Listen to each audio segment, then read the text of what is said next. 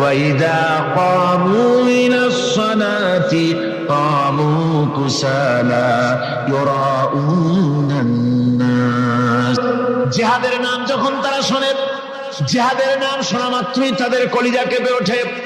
رأيت الذين في قلوبهم مرض ينظرون إليك نظر المغشي عليه من الموت যখনই তাদের অন্তঃকরণ নেফাকের রোগে ভরা, নেফাকের রোগ তাদের কেমন ভাবে পেয়ে বসেছে যে ওরা এমন ভাবে তাকায় থাকে আপনার দিকে, রাসূলুল্লাহর দিকে এমন ভাবে তারা তাকায় থাকে যে জিহাদের কোনো কথা বলে ফেলে নাকি, জিহাদের কথা যদি আসে তাহলে তো সর্বনাশ। ওদের মৃত্যু যন্ত্রণার মতো, মৃত্যুর জ্বালায় পতিত ব্যক্তি যেমন চোখ ফ্যাকাশে হয়ে যায়, জিহাদের কোনো কারবার বা যুদ্ধের কোনো দামাডোল বেজে উঠলেই এদের কলিজার মধ্যে কাফ সৃষ্টি হয়ে যায়, কলিজার মধ্যে কাফ সৃষ্টি হয়, জিহাদে তারা দারুণ ভাবে ভয় পায়। মুমিনদের উল্টা, মুমিনদের হলো জিহাদের নাম শুনলে তাদের কলিজার মধ্যে ফুর্তি আসে। তার কারণ হচ্ছে জিহাদের ময়দান হচ্ছে এমন এক ময়দান, আল জান্নাতু তাহতা দিলালিস সায়ুফ, বেহেশত হচ্ছে তরবারির ছায়াতলে। এই রাস্তায় যদি মরতে পারি, জীবনে তো বহুত গুনাহ করছি, বেহেশতে যেতে পারবো কিনা আল্লাহই জানে, কিন্তু এই একটা পথ, এইখানে যদি জানটা দিতে পারি বিনা হিসাবে আল্লাহর জান্নাতে চলে যেতে পারবো। আর শাহাদাতের মত হচ্ছে পিঁপড়ায় কাটার যন্ত্রণার চাইতে বেশি কিছু না। মুমিনদের দিলের জন্য খুশি হয়, আর ওদের দিল দারুণ কষ্ট তারা পেতে থাকে। এদের অবস্থা হচ্ছে যেখানে দ্বীনের কথা হয় সেখানে তারা চুপ করে বসে কথা শোনে, আর যখন দ্বীন ইসলামী আন্দোলনের কথা আসে, জিহাদের কথা আসে, তখন তারা খুব ভয় পায়া এদিক ওদিক তাকায়।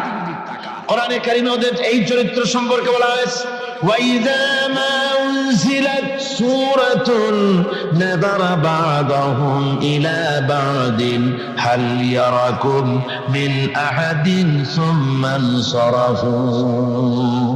হযরতে হাজরা প্রশ্ন করলেন, ইব্রাহিম, পানি নাই, খাবার নাই, মানুষ নাই, ঘর নাই, বাড়ি নাই, মরুভূমির ভিতরে আমাকে আমার বাচ্চারে ফেলে রেখে যাচ্ছ কেন? কোনো জবাব নাই। 2 বার 3 বার প্রশ্ন করলেন। এরপরে তিনি আবার প্রশ্ন করলেন, বললেন, ইব্রাহিম, এটা কি আল্লাহর হুকুম নাকি? হযরত ইব্রাহিম আলাইহিস সালাম নিজের কলিজার টুকরা সন্তান আর বিবিকে রেখে যেতেছেন ভারাক্রান্ত মন নিয়ে। তিনি আকাশের দিকে আঙ্গুল উঁচু করে দেখালেন। হযরত হাজরা বুঝলেন তিনি তো আল্লাহর পয়গম্বর, আমার কোন অপরাধে এভাবে ফেলে যাওয়ার কথা নয়। তিনি বুঝলেন এটা আল্লাহর হুকুম। হযরত হাজরা বললেন, ইব্রাহিম রে, নিশ্চিন্ত মনে বাড়ি ফিরে যাও, আমার মনে কোনো চিন্তা নাই, কোনো পেরেশানি আর এখন নাই। আল্লাহর হুকুমে যদি আমাকে মরুভূমির ভিতরে ফেলে যেয়ে থাকো, তাহলে আমি ওই আল্লাহর প্রতি এতটা ভরসা রাখি যে এই মরুভূমির ভিতরে জল পানি শূন্য, খাদ্য শূন্য জায়গায় আমি আমার বাচ্চাকে আল্লাহ রব্বুল আলামিন না খাওয়াইয়া মারবেন না। দ্বিতীয় পরীক্ষায় পাস করি। 3 নম্বরে পরীক্ষা হলো, সন্তান বড় হয়ে গেছে, বুদ্ধি হয়েছে, দৌড়াতে পারে। আল্লাহ রাব্বুল আলামিন হুকুম করলেন, ছেলেকে জবাহ করো। কত বড় আগুনের পরীক্ষা! কোরআন শরীফ বলছে, হযরত ইব্রাহিম আলাইহিস সালাম নিজের ছেলেকে ডেকে নিয়ে বললেন, ইয়া বুনাইয়া ইন্নী আরা ফিল মানামি আন্নী আযবাহুক ফানজুর মাযা তারা। হে আমার কলিজার টুকরা সন্তান, আমি স্বপ্নে দেখেছি যেন আমি তোমাকে জবাহ করতেছি, তোমার রায় কি, তোমার মত কি, আমারে শোনাও। ছেলে পয়গম্বর, ছেলে তার জবাবে বললেন, ইয়া আবাতি ফাআল মা তু'মার সাতাজিদুনি ইনশাআল্লাহু মিনাস সাবিরিন। হে আমার আব্বাজান, আপনি যে ব্যাপারে স্বপ্নের ভিতরে আদিষ্ট হয়েছেন আপনি তা কার্যকরী করুন। আমাকে এতটুকু অধৈর্যের মধ্যে পাবেন না, আমাকে ধৈর্যশীলদের মধ্যে পাবেন। আমারে আপনি আল্লাহর হুকুম পালন করেন। আল্লাহ পাক শোনাচ্ছেন, ফালাম্মা আসলামা ওয়া তাল্লাহু লিল জাবিন। পিতা পুত্র দুজনই রাজি হয়ে গেল। পিতা তার ছেলেকে কাঁধ করে গলার উপরে ছুরি ধরেছেন। আল্লাহ রাব্বুল আলামিন ইসমাইল জবাই হোক, এটা আল্লাহ চান নাই, আল্লাহ চেয়েছেন পরীক্ষা করতে। পরীক্ষায় ইব্রাহিম পাস হয়ে গেলেন। আল্লাহ পাক বলছেন ওয়ানাদাইনাহু আইয়া ইব্রাহিম قد صدقت الرؤيا إنا كذلك نجزي المحسنين। আমি ইব্রাহিমকে ডেকে বললাম, ইব্রাহিম তুমি তোমার স্বপ্নকে বাস্তবে রূপ দিয়েছো, আর এভাবে করি আমি মুহসিনদেরকে পুরস্কৃত করে থাকি। আল্লাহ পাক খুশি হলেন। আল্লাহ পাক বললেন ইন্না হাযা লাবালাউল মুবিন, নিঃসন্দেহে এটি একটি বিরাট পরীক্ষা ছিল। ঠিক কি না? আল্লাহ নিজে বলছেন এটা একটি বিরাট পরীক্ষা, আযীম ইমতিহান। সে ইমতিহানে তিনি পাশ করলেন। পরীক্ষায় উত্তীর্ণ হওয়ার জন্য রব্বুল আলামিন পুরস্কার দিয়া দিলেন। আল্লাহ পাক বললেন সালামুন আলা ইব্রাহিম। পড়েন সবাই, সালামুন আলা ইব্রাহিম। ইব্রাহিমের প্রতি আল্লাহ পাক বললেন ইব্রাহিমের প্রতি সালাম রইল। সুবহানাল্লাহি ওয়া বিহামদিহি। হযরত ঈসা আলাইহিস সালামকে খ্রিস্টানেরা তারা বলেছে ওয়াকালাতিন নাসারাল মাসীহ ইবনুল্লাহ, মসিহ হচ্ছে কার ছেলে? নাউযুবিল্লাহ। বলেন সবাই নাউযুবিল্লাহ। তাকে যখন আল্লাহর ছেলে বলা হলো, আল্লাহর পুত্র বলা হলো, রব্বুল আলামিন তার জবাবে বললেন ইন হুয়া ইল্লা আবদুন আনআমনা আলাইহি, তিনি তো একজন বান্দা, তিনি আমার বান্দা ছাড়া আর কিছুই নন। আমি তার প্রতি অনুগ্রহ করেছি। বান্দা, আমার বান্দা। আল্লাহ পাকের বান্দা হওয়ার ব্যাপারে কোন মানুষের লজ্জা থাকার কথা নয়। এমনকি আল্লাহ পাক ঈসা আলাইহিস সালাম সম্পর্কে বলছেন লা ইয়াস্তানকিফাল মাসীহু আইয়াকুনা আবদান লিল্লাহি ওয়ালাল মালাইকাতুল মুকাররাবুন। মসিহ আল্লাহর বান্দা, তাতে কখনো বিন্দুমাত্র লজ্জা তিনি পোষণ করেন নাই যে আমি আল্লাহর বান্দা, আল্লাহর গোলাম। এটা একটা কথা হইল? এরকম লজ্জা তিনি পোষণ করেন। এমনকি তার নিকটবর্তী ফেরেশতা যারা, তারাও আল্লাহর বান্দা গোলাম হওয়ার জন্য তাদের ভিতরে কোনো লজ্জা নাই। যারা নাকি আল্লাহর গোলাম, এই ব্যাপারে যাদের মধ্যে লজ্জার সৃষ্টি হয়, আল্লাহর গোলাম এটা কেমন কথা, বান্দা হওয়াটা কেমন কথা। যারা গোলামীকে অস্বীকার করে তাদের সম্পর্কে আল্লাহ পাক বলছেন ওয়া মাইয়াস্তানকিফ আন ইবাদাতিহি ওয়া ইস্তাকবির ফাসায়াহশুরুহুম ইলাইহি জামিআ। কেউ যদি আল্লাহর বন্দেগী করার ব্যাপারে লজ্জা পোষণ করে, যদি লজ্জার কারণ মনে করে, অহংকার করে, গৌরব করে, তাহলে তারা পালাবে কোথায়, যাবে কোথায়? আমি কিয়ামতের দিন সবগুলিকে এক জায়গায় করে ফেলবো। সুতরাং আল্লাহ পাকের গোলামিতে আল্লাহ যে বান্দা বলে যখন ডাকেন, লজ্জার কোনো কারণ নাই। অহংকার যে করবে সে নিজেকে ধ্বংস করবে। আল্লাহ পাক সব নবীদেরকে নিজের বান্দা বলেছেন। নবীরা কি? আল্লাহ পাকের বান্দা। হযরত ইউসুফ আলাইহিস সালাম সম্পর্কে আল্লাহ পাক বলছেন কাযালিকা লিনাসরিফা আনহু আস-সুআ ওয়াল ফাহশা ইন্নাহু মিন ইবাদিনাল মুখলাসিন।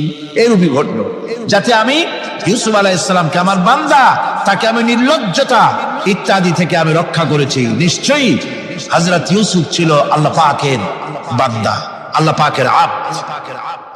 রাসূল করিম সাল্লাল্লাহু আলাইহি ওয়াসাল্লাম তিনি হচ্ছেন সর্বশ্রেষ্ঠ আল্লাহর পয়গম্বর। তার থেকে শ্রেষ্ঠ নবী আর কি কেউ আছে?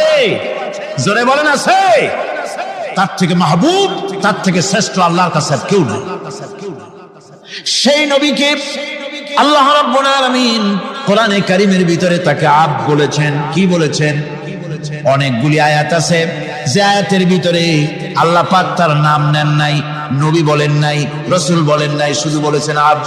যেমন ফাআওহা ইলা আবদিহি মা আওহা, অতঃপর তার বান্দার নিকট যা ওহী করার ছিল তা তিনি করলেন। সেই বান্দাকে মুহাম্মদ সাল্লাল্লাহু আলাইহি ওয়াসাল্লাম। অন্য আয়াতে আল্লাহ পাক বলছেন وأنه لما قام عبد الله يدعوه كادوا يكونون عليه لبدا। আর এই আল্লাহর বান্দা যখন নামাজ পড়তে দাঁড়িয়ে গেল, আল্লাহকে ডাকার জন্য যখন দাঁড়ালো, তখন লোকেরা তার উপরে ঝাঁপিয়ে পড়লো, ঝাঁপিয়ে পড়ার জন্য প্রস্তুতি গ্রহণ করলো। এখানে আব বলা হয়েছে কাকে? মুহাম্মদ সাল্লাল্লাহু আলাইহি সাল্লামকে। এভাবে করে অন্য এক আয়াতে আল্লাহ পাক তার হাবিবকে আব বলছেন, বান্দা বলতেছেন ইন কুনতুম ফি রাইবিম মিম্মা নাযালনা আলা আবদিনা। আমার বান্দার উপরে যে কিতাব নাযিল করেছি তাতে যদি তোমাদের কোনো সন্দেহ হয়, এই যে আমার বান্দার উপরে, ওই বান্দা কে বলেন সবাই? মুহাম্মদুর রাসূলুল্লাহ সাল্লাল্লাহু আলাইহি ওয়াসাল্লাম। অন্য আয়াতে বলা হচ্ছে তাবারাকাল্লাযী নাযালাল ফুরকানা আলা আবদিহি লিয়াকুনা লিল আলামিনা নাযীরা। অতীব বরকতপূর্ণ সেই মহান সত্তা যিনি তার বান্দার উপরে ফুরকান নাযিল করেছেন। কে সেই বান্দা? মুহাম্মদ সাল্লাল্লাহু আলাইহি ওয়াসাল্লাম। মেরাজের ঘটনা বলতে গিয়ে আল্লাহ রাব্বুল আলামিন বলতেছেন সুবহানাল্লাযী আসরা বিআবদিহি লাইলাম মিনাল মাসজিদিল হারামি ইলাল মাসজিদিল আকসা। পবিত্র সেই মহান সত্তা যিনি তার বান্দাকে ইসরা করিয়েছেন। কে সেই বান্দা? মুহাম্মদ রাসূলুল্লাহ সাল্লাল্লাহু আলাইহি ওয়াসাল্লাম। সুতরাং আবদিয়াত, ইবাদত, গোলামি, এটা হচ্ছে মানুষের জীবনের সবচেয়ে বড় মর্যাদাকর খেতাব আল্লাহর পক্ষ থেকে। আল্লাহর বান্দা হয়। গোলামি পরিপূর্ণ রূপে হবে কেবলমাত্র আল্লাহ পাকের। এই গোলামির জন্যই আল্লাহ পাক আমাদেরকে সৃষ্টি করেছেন, অন্য কোনো কাজে আমাদেরকে সৃষ্টি করেন না। সেই জন্য আমাদেরকে গোলামি করতে হবে, আনুগত্য করতে হবে কেবলমাত্র কার বলুন তো? এই গোলামি যদি সঠিকভাবে করি,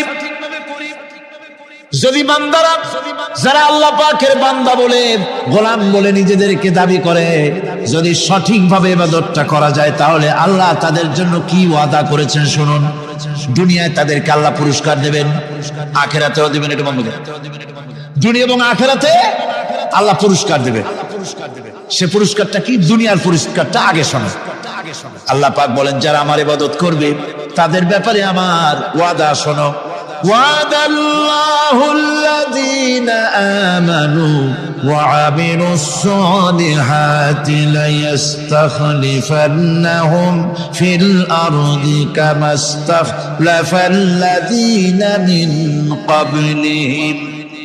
তোমাদের মধ্যে যারা ঈমান এনেছে এবং সৎ কাজ করেছে, আল্লাহ রাব্বুল আলামিন তাদের ব্যাপারে আল্লাহর ওয়াদা হচ্ছে, আল্লাহর প্রতিজ্ঞা হচ্ছে, আল্লাহ ওয়াদা করতেছেন তাদেরকে জমিনের উপরে প্রতিষ্ঠিত করবেন। যেমন করে তোমাদের পূর্বপুরুষদেরকে প্রতিষ্ঠিত করা হয়েছিল, ওইভাবে তোমাদেরকে প্রতিষ্ঠিত করা হবে। সুবহানাল্লাহ। প্রতিষ্ঠিত করা হবে মানে রাষ্ট্র ক্ষমতা দেওয়া হবে। কি দেওয়া হবে? যদি গোলাম হও, যদি কি হও? গোলাম। আল্লাহ পাক বলছেন শুধু তাই নয়, আমি আমার দ্বীনকে যারা প্রতিষ্ঠা করবে, আমার গোলামেরা যদি, আমার বান্দারা সঠিকভাবে যদি আমার গোলামি করে, মানানে আমলে সালেহ করে, নেক কাজ করে, আমি তাদেরকে রাষ্ট্র প্রতিষ্ঠার সুযোগ করে দেব। আর তাদের জন্য ভীতির পরিবর্তে, সন্ত্রাসের পরিবর্তে শান্তি কায়েম করে দেব। সুবহানাল্লাহ।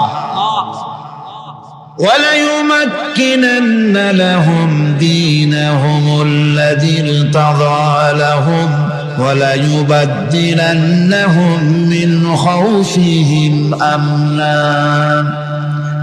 তাদের দ্বীনকে তারা নিজেদের জন্য যা পছন্দ করেছে অবশ্যই তিনি তা কায়েম করে দিবেন, এবং সন্ত্রাস আর ভীতির পরিবর্তে আল্লাহ নিরাপত্তা দান করবেন। যেরকম সুবহানাল্লাহ। সন্ত্রাস বন্ধ হবে, চুরি, ডাকাতি, জেনা, ব্যভিচার সব বন্ধ হয়ে যাবে। তোমরা ক্ষমতায় থাকবে, তোমরা ডমিনেটেড হবে না, তোমরা ডমিনেট করবে, গোটা পৃথিবীকে শাসন করবে, শাসিত তোমরা হবে না। আর ভীতির পরিবর্তে নিরাপত্তা তোমরা লাভ করবে। কি করলে? ইয়াবুদুনানি লা ইউশরিকুনা বি শাইআ। সুতরাং তারা যেন আমার ইবাদত করে এবং আমার সঙ্গে যেন কাউকে শরীক না করে। আল্লাহ বলছেন তোমরা যদি আমার সাথে শরীক না করো, ইবাদতের মধ্যে কাউকে যদি শরীক স্থাপন না করো, আর যদি তোমরা আমার ইবাদতটা সলিড ভাবে আমার জন্যই করো, তাহলে রাষ্ট্র ক্ষমতা তোমাদের হাতে আসবে, সন্ত্রাস নির্মূল হবে, শান্তি প্রতিষ্ঠিত হবে। এই হচ্ছে দুনিয়ার পুরস্কার। এটা কিসের পুরস্কার?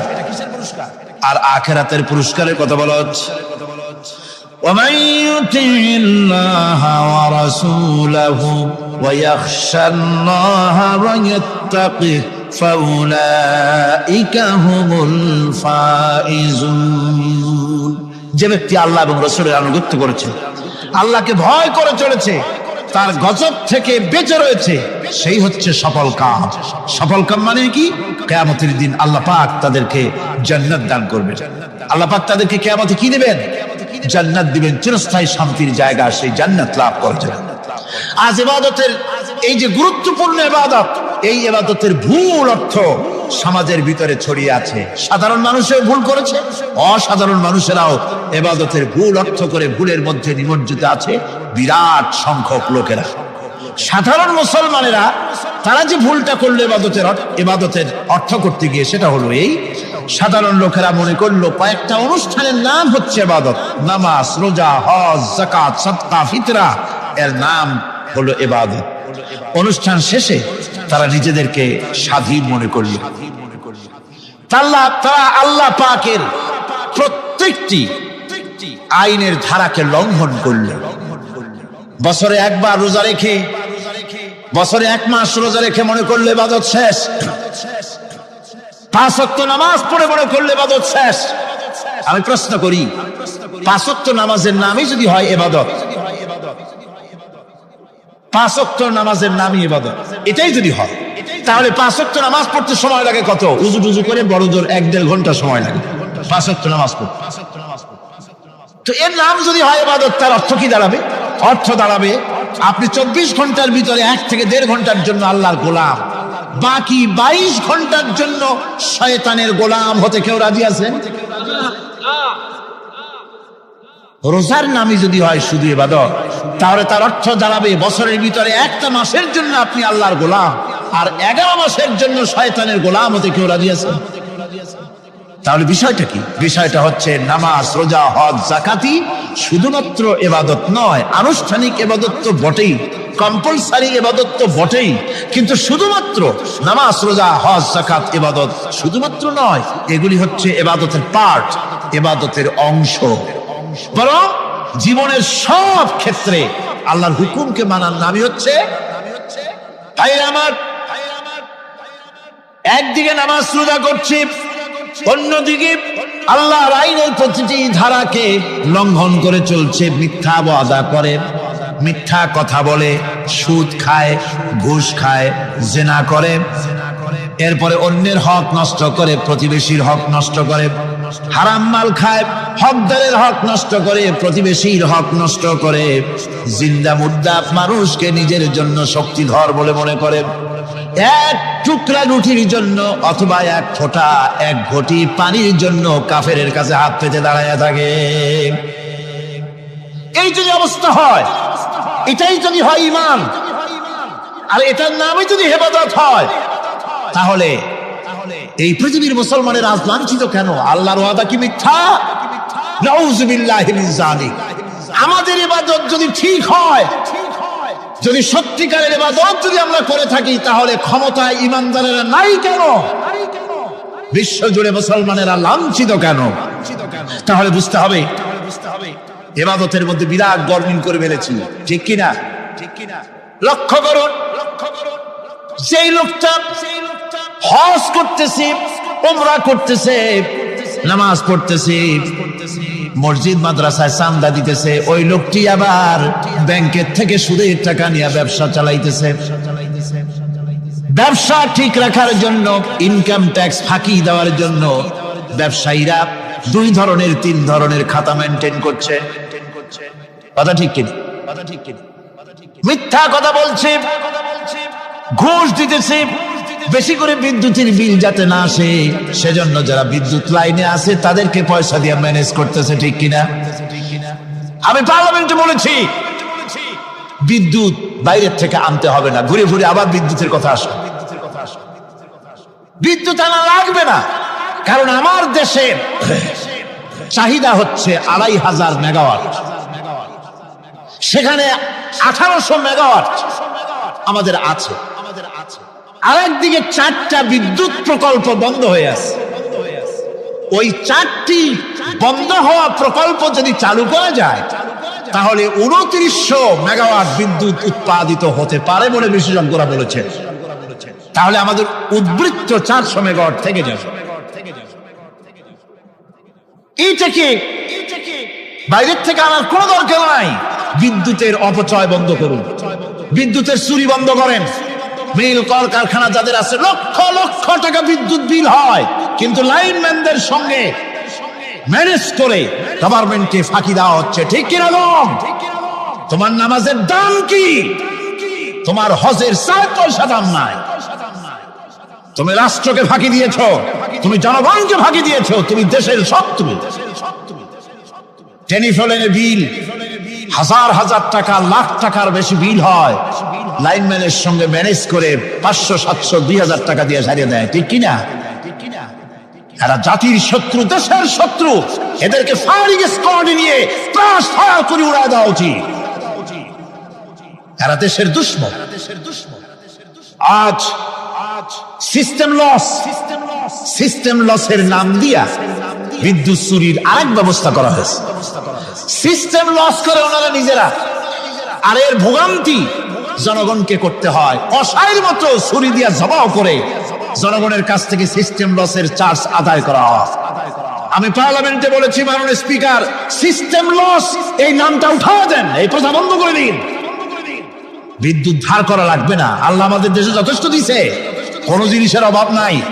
এখানে গ্যাস আছে, তেল আছে, বিদ্যুৎ আছে, পাট আছে, চা আছে, নাই কি? অন্তত 8.5 কোটি টাকার কাগজ গুদামের মধ্যে বন্দী হয়ে আছে। ভারতকে ক্ষতি করার জন্য সে দেশ থেকে কাগজ এনে খবরের কাগজ ছাপানো হচ্ছে, আর 8.5 কোটি টাকার কাগজ নষ্ট হয়ে যাচ্ছে আমার দেশের কাগজ। সুতরাং বলতেছিলাম একথাই বলতেছিলাম যে ঈমান, আল্লাহর গোলাম হতে হলে ভুল করে বসেছি ইবাদতের অর্থ করতে। শুধু নামাজ, রোজা, হজ, যাকাত, মাজারে কিছু চান্দা দেওয়া, আগরবাতি, মোমবাতি, চাদর একটা দিয়া, পীর সাহেবের 10,000 টাকা চান্দা দিয়া, মোছে তেল মাইখা দাঁত বাইর করে হাসে। বেহেশতে তো গেছি, আর দেরি করতে। বেহেশতে তুমি যাবা, এত সহজ? দেশকে ফাঁকি দিছো, দেশকে ফাঁকি দিয়েছো, জনগণকে ফাঁকি দিয়েছো, নিজের মেয়েকে ফাঁকি দিয়েছে। বিবাহের সময় টাকা পয়সা দিয়া বিবাহ টিবাহ করায় দিল। ব্যবসা, ধানি সম্পত্তি, বাড়ির সম্পত্তি সব ছেলেদেরকে দিয়ে দিল, মেয়েটারে ফাঁকি দিয়ে দিল। দেয় না এরকম? ফুপুকে ফাঁকি দিল, বোনকে ফাঁকি দিল। এরপরে মোনাজাত করে সবে বরাতে, আল্লাহ আমারে বেহেশত দিও।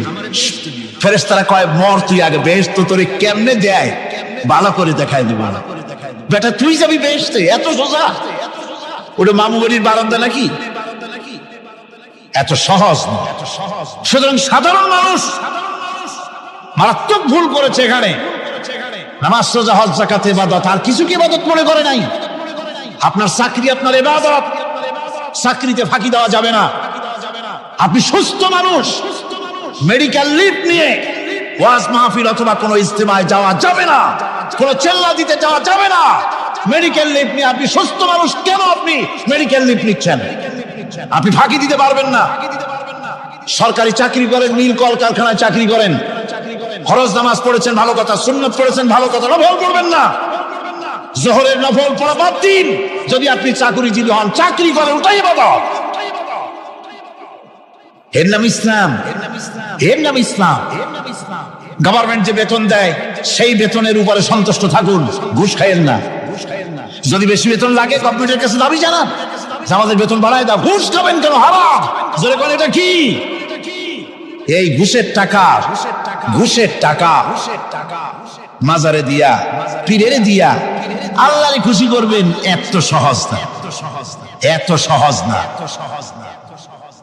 সেই জন্য আমি সব ভাইদের খেদমতে আরজ করব, ইবাদত হচ্ছে জীবনের সব ক্ষেত্রে গোলামি, সকল ক্ষেত্রে গোলামি। চাকরিতে, অফিসে, আদালতে, কলকারখানায়, ক্ষেত খামারে, পার্লামেন্টে, সেক্রেটারিয়েটে, সেনানিবাসে, স্কুলে, কলেজে, বিশ্ববিদ্যালয়, সর্বত্র গোলামি কার? আল্লাহ পাকের। রিজকে হালাল করতে হবে, উপার্জনকে হালাল করতে হবে, সত্যিকারের আল্লাহর গোলাম হতে হবে। এক্ষেত্রে ইবাদতের অসাধারণ ব্যক্তি যারা, তারাও এক শ্রেণীর অসাধারণ ব্যক্তিরাও ভুল করে বসছেন। তারা যে ভুলটা করলেন ওটা হচ্ছে তারা তাসবিহ, জায়নামাজ, খানকাহ, হুজরাখানা এর ভেতরে বসে জিকির আজগার করাটা কি জীবনের জন্য আল্লাহর ইবাদত মনে করে নিলেন। আল্লাহর বান্দারা যখন অনাচার ব্যভিচারে লিপ্ত, আল্লাহর আইনের পরিবর্তে যখন মানুষের তৈরি করা আইন চলছে, চেচনিয়া বসনিয়া যখন মানুষদেরকে জবাও করা হচ্ছে, বসনিয়ার মুসলমান সন্তানদেরকে যখন জবাও করা হয়, কাশ্মীরের স্বাধীনতাকামী মুসলমানদের অধিকার হরণের জন্য তাদের উপরে যখন বন্য হায়নার মতো, পশুর মতো যখন ভারতীয় শত্রু সৈন্যরা যখন হামলা চালায়, সোমালিয়ার মানুষগুলি যখন না খেয়ে তাদের হাড়, পাঁজরার হাড়গুলি যখন বেরিয়ে যায়, তখনও যদি আপনি খানকার ভেতরে থেকে তসবিহ পড়েন আর তাহাজ্জুদের নামাজ পড়ে কপালে দাগ লাগান, এই অন্যায়ের বিরুদ্ধে যদি সোচ্চার না হন, আপনার এই তসবিহর কোনো দাম নাই। আপনাকে সোচ্চার হতে হবে, আপনাকে অন্যায়ের বিরুদ্ধে খাড়া হতে হবে। একদিকে তাহাজ্জুদের নামাজ তো পড়বেনই, জিকির তো করবেনই, কোন সন্দেহ নাই। আর একদিকে সিংহের মতো অন্যায়ের বিরুদ্ধে গর্জে উঠতে হবে। তাতে যদি প্রয়োজন হয় মুজাদ্দিদ আল ফেসানির মতো কারারুদ্ধ হন না কেন, সেটাই কিসমত, সেটাই তাকবীর। হক কথা, হক কথা বলতে হবে। এই জন্য আমার বারবার মনে পড়ে আজকের এক শ্রেণীর লোক আমাদের দেশে, আমাদের দেশে এক শ্রেণীর লোক বাইরের থেকেও আসে, বিদেশ থেকেও আসে, নামের আগে আওলাদে রসুল লাগান। ফেদায়ে রসুল, মুজাহিদে মিল্লাত, আওলাদে রসুল। আজিব, তুমি আওলাদে রসুল। আওলাদে রসুল যদি হবে তাহলে তুমি যে দেশের মানুষ, সেই দেশে মুসলমানদের যখন জবাও করা হয়, পার্লামেন্টে কথা বলে বেরিয়ে আসো না কেন? তোমার জেল হয় না কেন? কংগ্রেসের সেন্ট্রাল বডির সদস্য হয়ে আওলাদে রাসূল লাগাইয়া বাংলাদেশের রাজনীতিতে নাক গলাতে দেওয়া হবে না। এরা কংগ্রেসের পাঁচটা গোলাম। এদেরকে চিনতে হবে, যারা আমার দেশে এসে মুসলমানদের মধ্যে বিভেদ সৃষ্টি করতে চায়। আমার মুসলমান ভাইয়েরা, সুতরাং আজকে আমাদেরকে বুঝতে হবে, নামের আগে 14 হাত লম্বা বিশেষণ দেখে ভুললে চলবে না। কথা মনে থাকবে, এরা কংগ্রেসের গোলাম। বাবরি মসজিদ যখন ভেঙে ফেলা হলো, তখন তো কই কোন আওলাদে রাসূলের নাম তো শুনি নেই। তখন তো নামটা শুনছি ওই বুখারী বেটা, বাপের বেটা ইমাম বুখারী। তিনি বলেছেন, আমি ভারতের দিল্লির জুমা মসজিদের ইমাম শুধু নই, আমি ভারতের 18 কোটি মুসলমানের ইমাম। বাবরি মসজিদকে গড়ে দিতে হবে। কোরআন শরীফের বিরুদ্ধে যখন কলকাতা হাইকোর্টে কেস করা হয়েছিল কোরআনকে ব্যান করার জন্য, কই সেদিন তো কোনো আওলাদ রাসূলের নাম শুনি নাই। সেদিন তো ওই বুখারী বেটাই বলেছেন, ভারতের হাইকোর্ট থেকে কোন জাজ, কোন বিচারক যদি কোরআন শরীফ ব্যান করা হলে বলে এই কথাটি উচ্চারণ করে, তাহলে আমি তাকে পায়ের তলে পাড়িয়ে ধরে বাম হাত দিয়ে তার জিহ্বাটা টেনে ছেড়ে ফেলে দেব।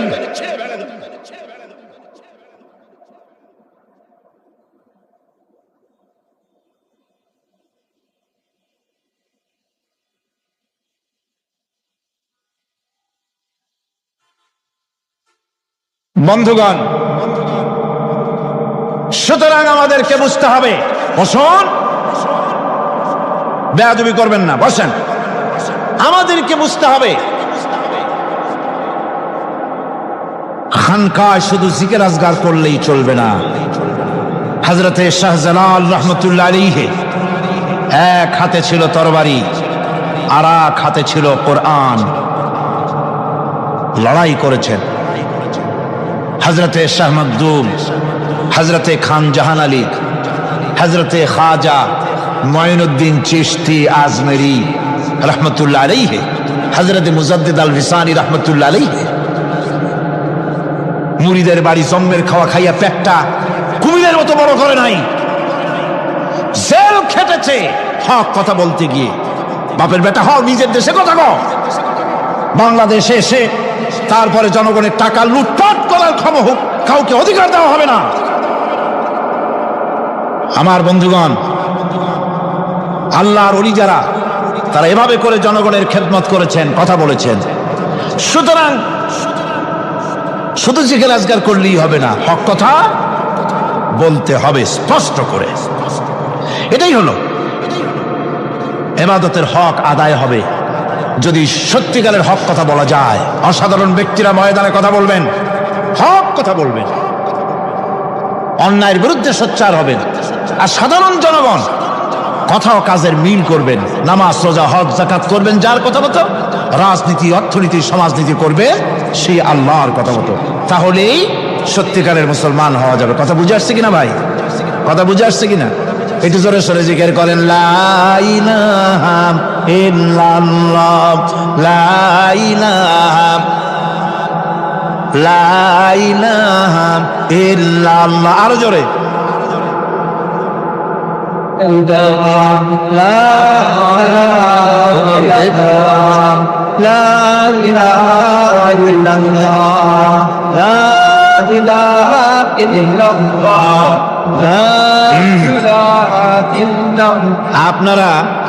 আপনারা যদি মাথা উঠাইয়া দেখতে থাকেন তো কি দেখবেন? মানুষের মাথা আর টুপি ছাড়া তো কিছুই দেখা যাবে না। কাজী ওঠা বসা না করে আজকে এক পবিত্র রাত, আমরা আল্লাহর কাছে দোয়া করব। আলোচনার আমি এগিয়ে যাচ্ছি। ইবাদত আমাদেরকে বুঝতে হবে। ইবাদত যদি না বুঝি তাহলে মুসলমান বলে দাবি করারও কোনো মূল্য নাই। মানব জন্ম বৃথা।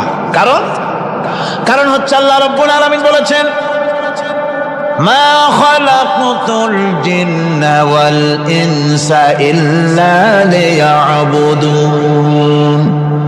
মানুষ আর জিন জাতিকে আমি সৃষ্টি করেছি আমার গোলামির জন্য। কার গোলামি? ওই গোলামির পূর্ণাঙ্গ নমুনা যদি জানতে চাই, পূর্ণাঙ্গ নমুনা দৃষ্টান্ত লাগবে। কাকে অনুসরণ করব? পূর্ণাঙ্গ ইবাদতের আল্লাহর গোলামির পূর্ণাঙ্গ নমুনার জন্য কোরআনে কারিমে দৃষ্টান্ত সেট করা হয়েছে। হযরত ইব্রাহিম আলাইহিস সালামের আল্লাহ পাক বলেন, ইয ক্বালা লাহু রাব্বুহু আসলিম ক্বালা আসলামতু লিরাব্বিল আলামিন। তার অবস্থা এই ছিল। কার? ইব্রাহিম আলাইহিস সালাম। তার অবস্থা এই ছিল যে তার রব যখন তাকে বললেন আনুগত্যের মস্তককে অবনত করে দাও, তিনি বললেন, আমি আমার বিশ্বপালকের সামনে মাথাটা নত করে দিলাম। সুবহানাল্লাহ। কোন শর্ত ছাড়াই মাথা নিচু করে দিলাম। এই পন্থায় তিনি যে পন্থাটা অবলম্বন করেছিলেন, এই পন্থায় চলার জন্য তার সন্তানদেরকেও তিনি হুকুম করেছিলেন। ووصى بها إبراهيم ببنيه ويعقوب يا بني إن الله اصطفى لكم الدين فلا تموتن إلا وأنتم مسلمون। ইয়াকুব এবং ইব্রাহিম আলাইহিস সালাম তার সন্তানদেরকে এই উপদেশ দিয়েছিলেন যে তিনি বলেছিলেন, হে আমার সন্তানেরা, আল্লাহ ছাড়া তোমাদের জন্য আল্লাহ পাক এই দ্বীনকে মনোনীত করেছেন। আল্লাহ পাকের আনুগত্য করবে, তার দ্বীনের প্রতি সারেন্ডার করবে। আর খবরদার মুসলমান না হয়ে যেন তোমরা মরে যেও না। আমৃত্যু মুসলমান অবস্থায় থাকবে, অর্থাৎ মৃত্যু পর্যন্ত থাকবে কি অবস্থায়? মুসলমান অবস্থায়। أم كنتم شهداء إذ حضر يعقوب الموت إذ قال لبنيه ما تعبدون من بعدي ইয়াকুব আলাইহিস সালাম তার মৃত্যুর সময় জিজ্ঞেস করেছিলেন, ও আমার সন্তানেরা, আমার মৃত্যুর পরে তোমরা কার ইবাদত করবে, তার কার গোলামি করবে? তারা জবাব দিলেন, ক্বালু نعبد إلهك وإله آبائك إبراهيم وإسماعيل وإسحاق إلها واحدا ونحن له মুসলিমুন। নিঃসন্দেহে আমরা ইবাদত করব, গোলামি করব আপনার রবের, আপনার পিতার রবের, এবং আল্লাহর ইবাদত করব।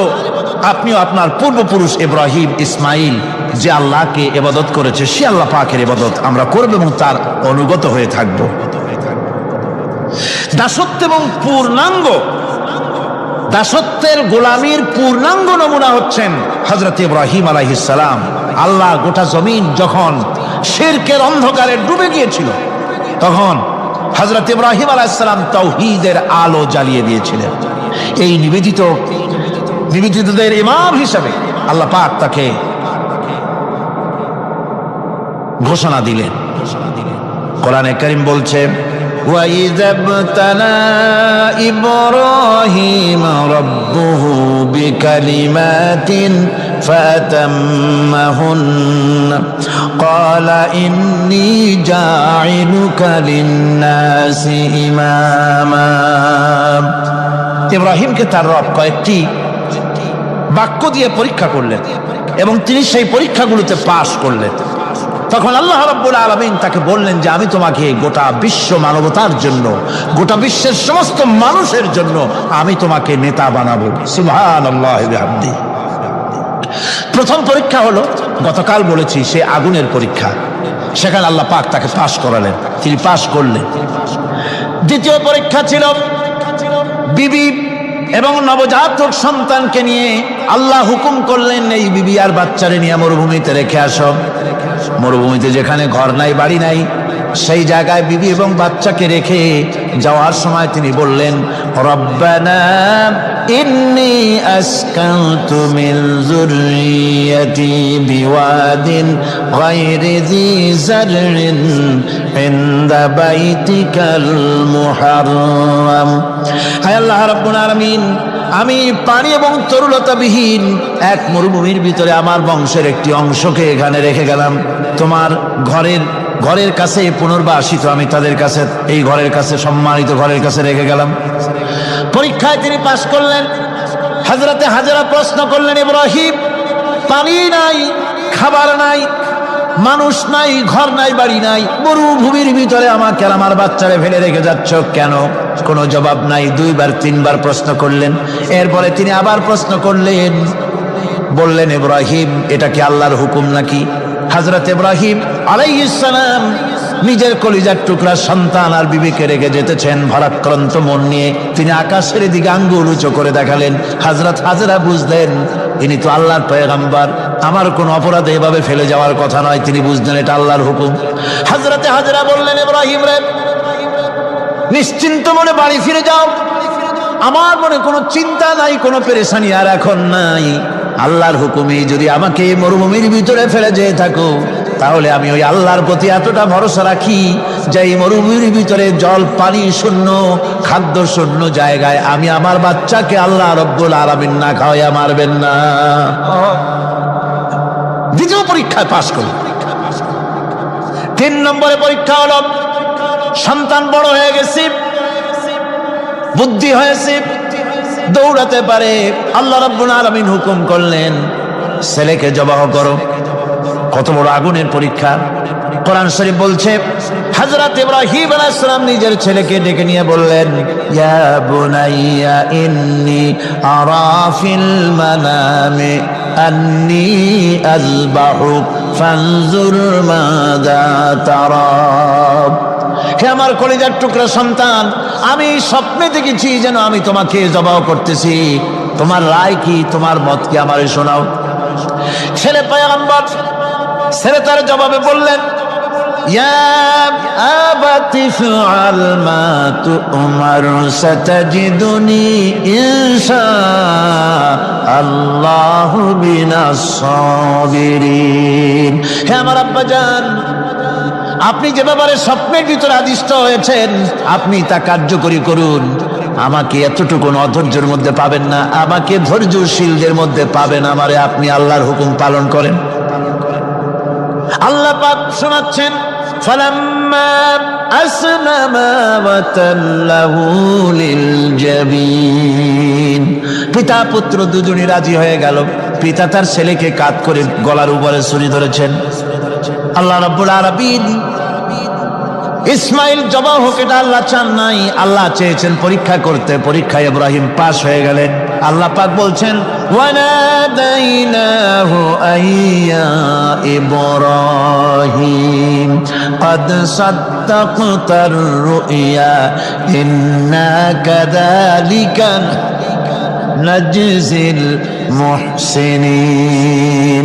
আমি ইব্রাহিমকে ডেকে বললাম, ইব্রাহিম তুমি তোমার স্বপ্নকে বাস্তবে রূপ দিয়েছো, আর এভাবেই করি আমি মুহসিনদেরকে পুরস্কৃত করে থাকি। আল্লাহ পাক খুশি হলেন। আল্লাহ পাক বললেন, ইন্না হাযা লাবালাউল মুবিন। নিঃসন্দেহে এটি একটি বিরাট পরীক্ষা ছিল। ঠিক কি না? আল্লাহ নিজে বলছেন এটা একটি বিরাট পরীক্ষা, আজিম ইমতিহান। সে ইমতিহানে তিনি পাশ করলেন। পরীক্ষায় উত্তীর্ণ হওয়ার জন্য রব্বুল আলামিন পুরস্কার দিয়া দিলেন। আল্লাহ পাক বললেন, সালামুন আলা ইব্রাহিম। পড়েন সবাই, সালামুন আলা ইব্রাহিম। ইব্রাহিমের প্রতি আল্লাহ পাক বললেন, ইব্রাহিমের প্রতি সালাম রইল। সুবহানাল্লাহি ওয়া বিহামদিহি। ইবাদত এর আনুগত্যের এই উৎকৃষ্ট দৃষ্টান্ত স্থাপনের পর আল্লাহ পাক তার গোটা বিশ্বের মুসলমানদেরকে কিয়ামত পর্যন্ত ইব্রাহিম আলাইহিস সালামকে জাতির পিতা বানায়া দিলেন। সুবহানাল্লাহ। কইতে ইচ্ছা করে না? এই রকমের পরীক্ষা কোন পিতারা দিতে পারছে নাকি? গোটা বিশ্বের সমস্ত মানব মণ্ডলীর জন্য আল্লাহ পাক ইব্রাহিম আলাইহিস সালামকে কিয়ামত পর্যন্ত জাতির পিতা হিসাবে ঘোষণা করেছেন। সুবহানাল্লাহ। মিল্লাতা আবিকুম ইব্রাহিম ওয়া সাম্মাকুমুল মুসলিমিন। তোমরা তোমাদের পিতা ইব্রাহিমের মিল্লাতের উপর প্রতিষ্ঠিত হও। আল্লাহ পাক বলছেন, তোমাদের পিতা ইব্রাহিমের মিল্লাতের উপর প্রতিষ্ঠিত হও, আর আল্লাহই তোমাদের নাম রেখেছে মুসলমান। তোমরা হচ্ছে মুসলমান। আমাদের পরিচয়, ওই যে পরিচয়ের কথা আগে হয়ে গেছে, আমাদের পরিচয় আমরা মুসলমান। আমাদের পরিচয় কি? মুসলমান। এটা প্রথম পরিচয়। ইবাদতের পূর্ণাঙ্গ মাপকাঠি হিসেবে আল্লাহ পাক হযরত ইব্রাহিম আলাইহিস সালামকে দুনিয়াবাসীর সামনে পেশ করেছে। কোরআন বলছে, ইহুদি এবং খ্রিস্টানেরা মুসলমানদেরকে বিভ্রান্ত করতে চায়। তারা বলে, ওয়াকালু কুনু হুদান আও নাসারা তাহতাদু কুল বাল মিল্লাতা ইব্রাহিম হানিফা ওয়া মা কানা মিনাল মুশরিকিন। ইহুদিরা বলে, ইহুদি হও তবেই তোমরা সঠিক পথ পাবা। খ্রিস্টানের বলে, খ্রিস্টান হও তবেই তোমরা সঠিক পথ প্রাপ্ত হবে। আল্লাহ পাক বলছেন, এদের সকলকে বলে দাও, বরং তোমরা সব পরিত্যাগ করে মিল্লাতে ইব্রাহিমের ভিতরে শামিল হয়ে যাও। এটাই মুক্তির পথ, এটাই নাজাতের পথ, এটাই আল্লাহর পথ। সুবহানাল্লাহি ওয়া বিহামদিহি। এমনকি রাসূল কারীম সাল্লাল্লাহু আলাইহি ওয়াসাল্লামকে আল্লাহ পাক বলেছেন, আনিত্তাবি' মিল্লাতা ইব্রাহিম হানিফা। চারদিক থেকে মুখ ফিরিয়ে এনে মিল্লাতে ইব্রাহিমের ভিতরে শামিল হয়ে যাও, তারই অনুসরণ করো। রাসূল কারীম সাল্লাল্লাহু আলাইহি ওয়াসাল্লাম ইবাদত বা আনুগত্যের সর্বোৎকৃষ্ট নমুনা হওয়ার কারণে ইব্রাহিম আলাইহিস সালাম সম্পর্কে হুজুর বলেছেন, ইন্না ইব্রাহিমা খায়রুল বারিয়া, রাওয়াহু মুসলিম। হুজুর সাল্লাল্লাহু আলাইহি ওয়াসাল্লাম বলেছেন, ইব্রাহিম হচ্ছেন জগতের সর্বোত্তম ব্যক্তি। সুবহানাল্লাহ।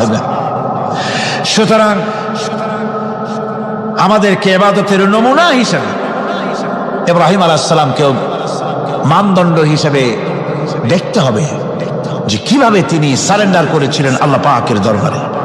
এখন আমি আপনাদের সামনে বলতে চাই, মানুষের জীবনে সবচাইতে বড় দুটি চাহিদা আছে, একটা হচ্ছে খাদ্য আর একটা হচ্ছে নিরাপত্তা। একটা খাদ্য আর একটা কি নিরাপত্তা। পেট ভরে খাইতে চাই আর চোর ডাকাতের উপদ্রব থেকে নিরাপত্তা পেতে চায়।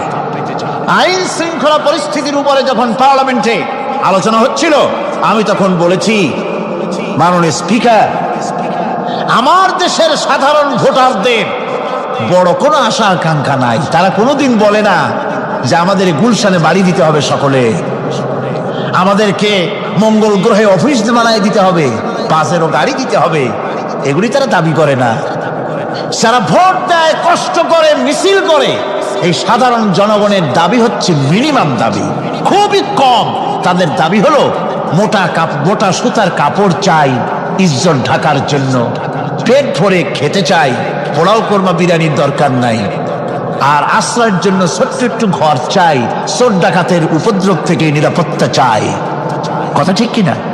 আমি বললাম, স্পিকার সাহেব, আজ পর্যন্ত যতগুলি গভর্নমেন্ট এসেছে বাংলাদেশে, প্রত্যেকটি গভর্নমেন্ট আমার দেশের জনগণের এই ন্যূনতম দাবি, এই আশা পূরণ করতে ব্যর্থতার পরিচয় দিয়েছে। কেউ পারে নাই। যারাই গেছে তারাই তাদের নিজেদের আখের গোছাবার চেষ্টা করেছেন। সব নিজেকে নিয়ে ব্যস্ত, নিজের লোকদের নিয়ে ব্যস্ত, জনগণ নিয়ে চিন্তা নাই। সুতরাং মানুষের চাহিদা হচ্ছে খাদ্য আর নিরাপত্তা। আমরা কি খাদ্য আর নিরাপত্তা সত্যি কি চাই? চাই। খাদ্য যদি চাই ক্ষুধার সময়, নিরাপত্তা যদি চাই ভীতির সময়, আল্লাহ রাব্বুল আলামিন বলেন কোন গভর্নমেন্ট দিতে পারবে না, দুনিয়ায় কেউ দিতে পারে নাই, পারবেও না।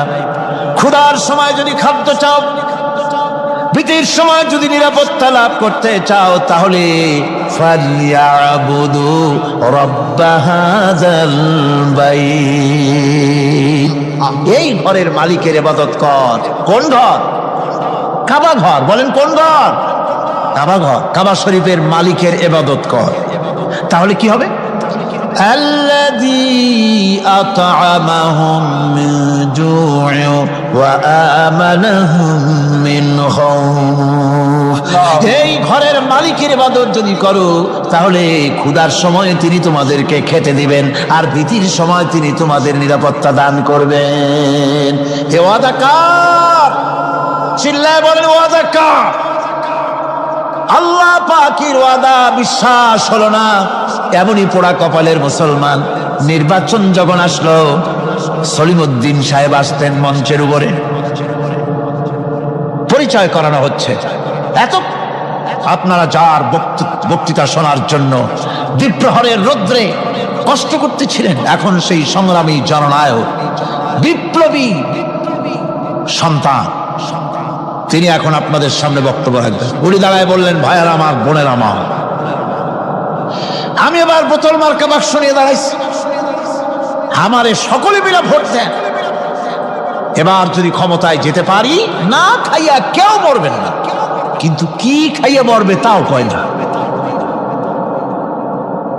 মানুষেরা এই কথাগুলি বিশ্বাস করলার সমানে ভোট দিল। হায় রে কপাল! আল্লাহ বললেন, আমার ইবাদত কর, আমার গোলামি কর জীবনের সব জায়গায়, তাহলে ক্ষুধার সময় খাইতে পারবি আর ভীতির সময় নিরাপত্তা পাবি। আল্লাহর কথাটা বিশ্বাস হইল না। এই নামাজ পড়ার মুসলমানের দাম আছে, কোন দাম আছে? এ রোজার দাম আছে, এ মুসলমান দাবি করার দাম আছে। আল্লাহ রাব্বুল আলামিন তিনি পরিষ্কার করে বলছেন, এই ঘরের মালিকের ইবাদত করো, তিনি ক্ষুধার সময় খেতে দিবেন, আর তিনি তোমাদেরকে ভীতির সময় নিরাপত্তা দান করবেন।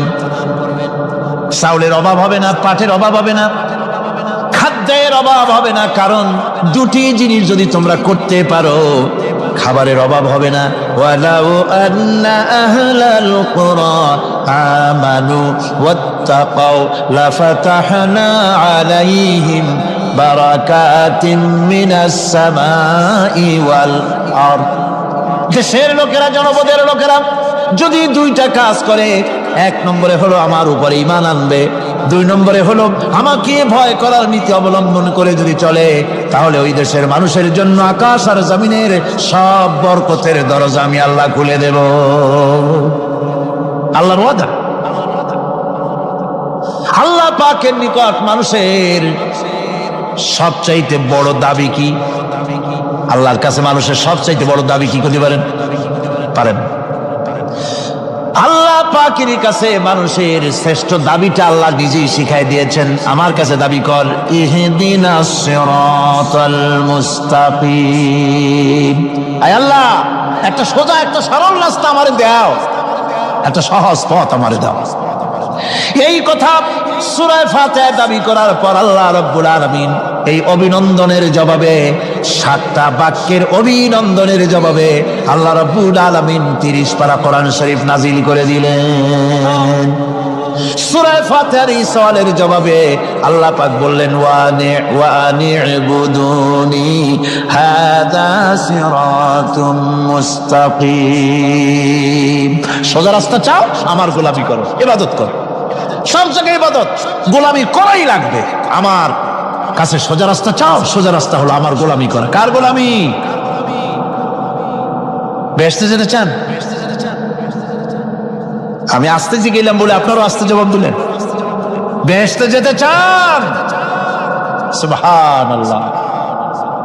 এমন কোন মানুষ আছে নাকি যে বেহেশতে যেতে চায় না? মদ করে যাইতে চায়। সবাই, আমরা সবাই বেহেশতের আশা করি, ঠিক কিনা? আল্লাহ রাব্বুল আলামিন বলেন, বেহেশতে যদি যেতে চাও তাহলে ওই ইবাদত করা লাগবে, ইবাদত ছাড়া জান্নাতে যাওয়া যাবে না। ফাদখুলি ফি ইবাদি ওয়াদখুলি জান্নাতি। সর্বপ্রথম আমার বান্দার মধ্যে দাখিল হয়ে যা, আমার গোলামির মধ্যে দাখিল হ, আমার গোলাম হয়, এরপরে আমার জান্নাতে চলে যা। আগে গোলাম হবি, তারপরে কোথায় যাবি? জান্নাতে যাবে। আগে গোলাম হ, আগে গোলামির খাতায় নাম লেখা, আগে সত্যিকারের আমার বান্দা হ, গোলাম, এরপরে জান্নাতে যাওয়া যাবে। জান্নাতে যাইয়া আল্লাহর সাথে কি দেখা করতে চাই? আল্লাহর সাথে দেখা করতে চাই। আল্লাহ রাব্বুল আলামিন বলেন, ফামান কানা ইয়ারজু লিকা রাব্বিহি ফালইআমাল আমালান সালিহান ওয়া লা ইউশরিক বিইবাদাতি রাব্বিহি আহাদা।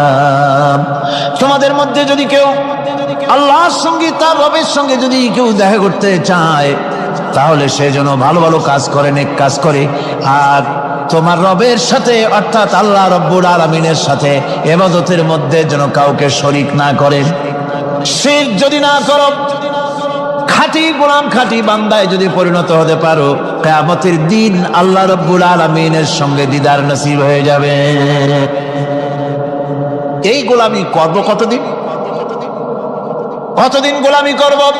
এই প্রশ্নের জবাবে আল্লাহ রাব্বুল আলামিন কোরআনে কারীমের মধ্যে জবাব দিয়ে দিয়েছেন, ওয়া'বুদ রাব্বাকা হাত্তা ইয়াতিয়াকাল ইয়াকিন। মৃত্যু পর্যন্ত, যতক্ষণ না নাক দিয়ে শেষ প্রশ্বাসটি, নিঃশ্বাসটি বেরিয়ে যাচ্ছে, ততক্ষণ পর্যন্ত আনুগত্য, গোলামি সবটা হবে কার? জোরে চিল্লায় কোন কার? এই গোলামি জীবনের সব ক্ষেত্রে করতে পারলে আমরা মুসলমান, আর করতে না পারলে মুসলমান নামে মুনাফিক। না পারলে কি? মুনাফিক। বন্ধুগণ, ইয়াকা নাবুদু পর্যন্ত বলে ওয়া ইয়াকা নাস্তাইনের কথাটা শোনাচ্ছি। সূরা ফাতিহার ভিতরে আমরা পড়ি, পড়েন আমার সাথে, ইয়াকা নাবুদু ওয়া ইয়াকা নাস্তাইন। আয় আল্লাহ, একমাত্র তোমার গোলামি করি আর একমাত্র তোমার কাছে সাহায্য চাই। তুমি ছাড়া কারো কাছে সাহায্য? এটা কি ঠিক? এটা কি আমাদের মনের কথা, ইমানের কথা? আল্লাহ করুন, আল্লাহ করুন, বলি আমিন। হাদিস শরীফে বলা হয়েছে, ইজা সাআলতা ফাসআলিল্লাহ ওয়া ইজা ইসতাআনতা ফাসতাইন বিল্লাহ। কিছু চাইতে হলে আল্লাহর কাছে চাও, কিছু বলতে হলে, ভিক্ষা করতে হলে আল্লাহর কাছেই ভিক্ষা করো। কার কাছে ভিক্ষা করবেন? আল্লাহর কাছে বলুন।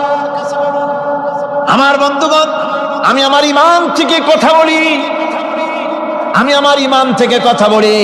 কোরআন এবং হাদিস পড়ে যতটুকু আল্লাহ বোঝার তৌফিক দিয়েছেন সেই কথাগুলি পেশ করার জন্য চেষ্টা করি।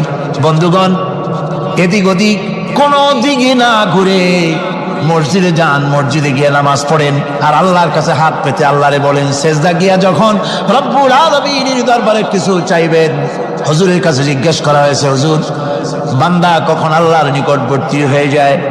আল্লাহর নবী বলেছেন, বান্দা যখন সেজদা দেয় তখন বান্দা একেবারে আল্লাহ পাকের কাছে চলে যায়।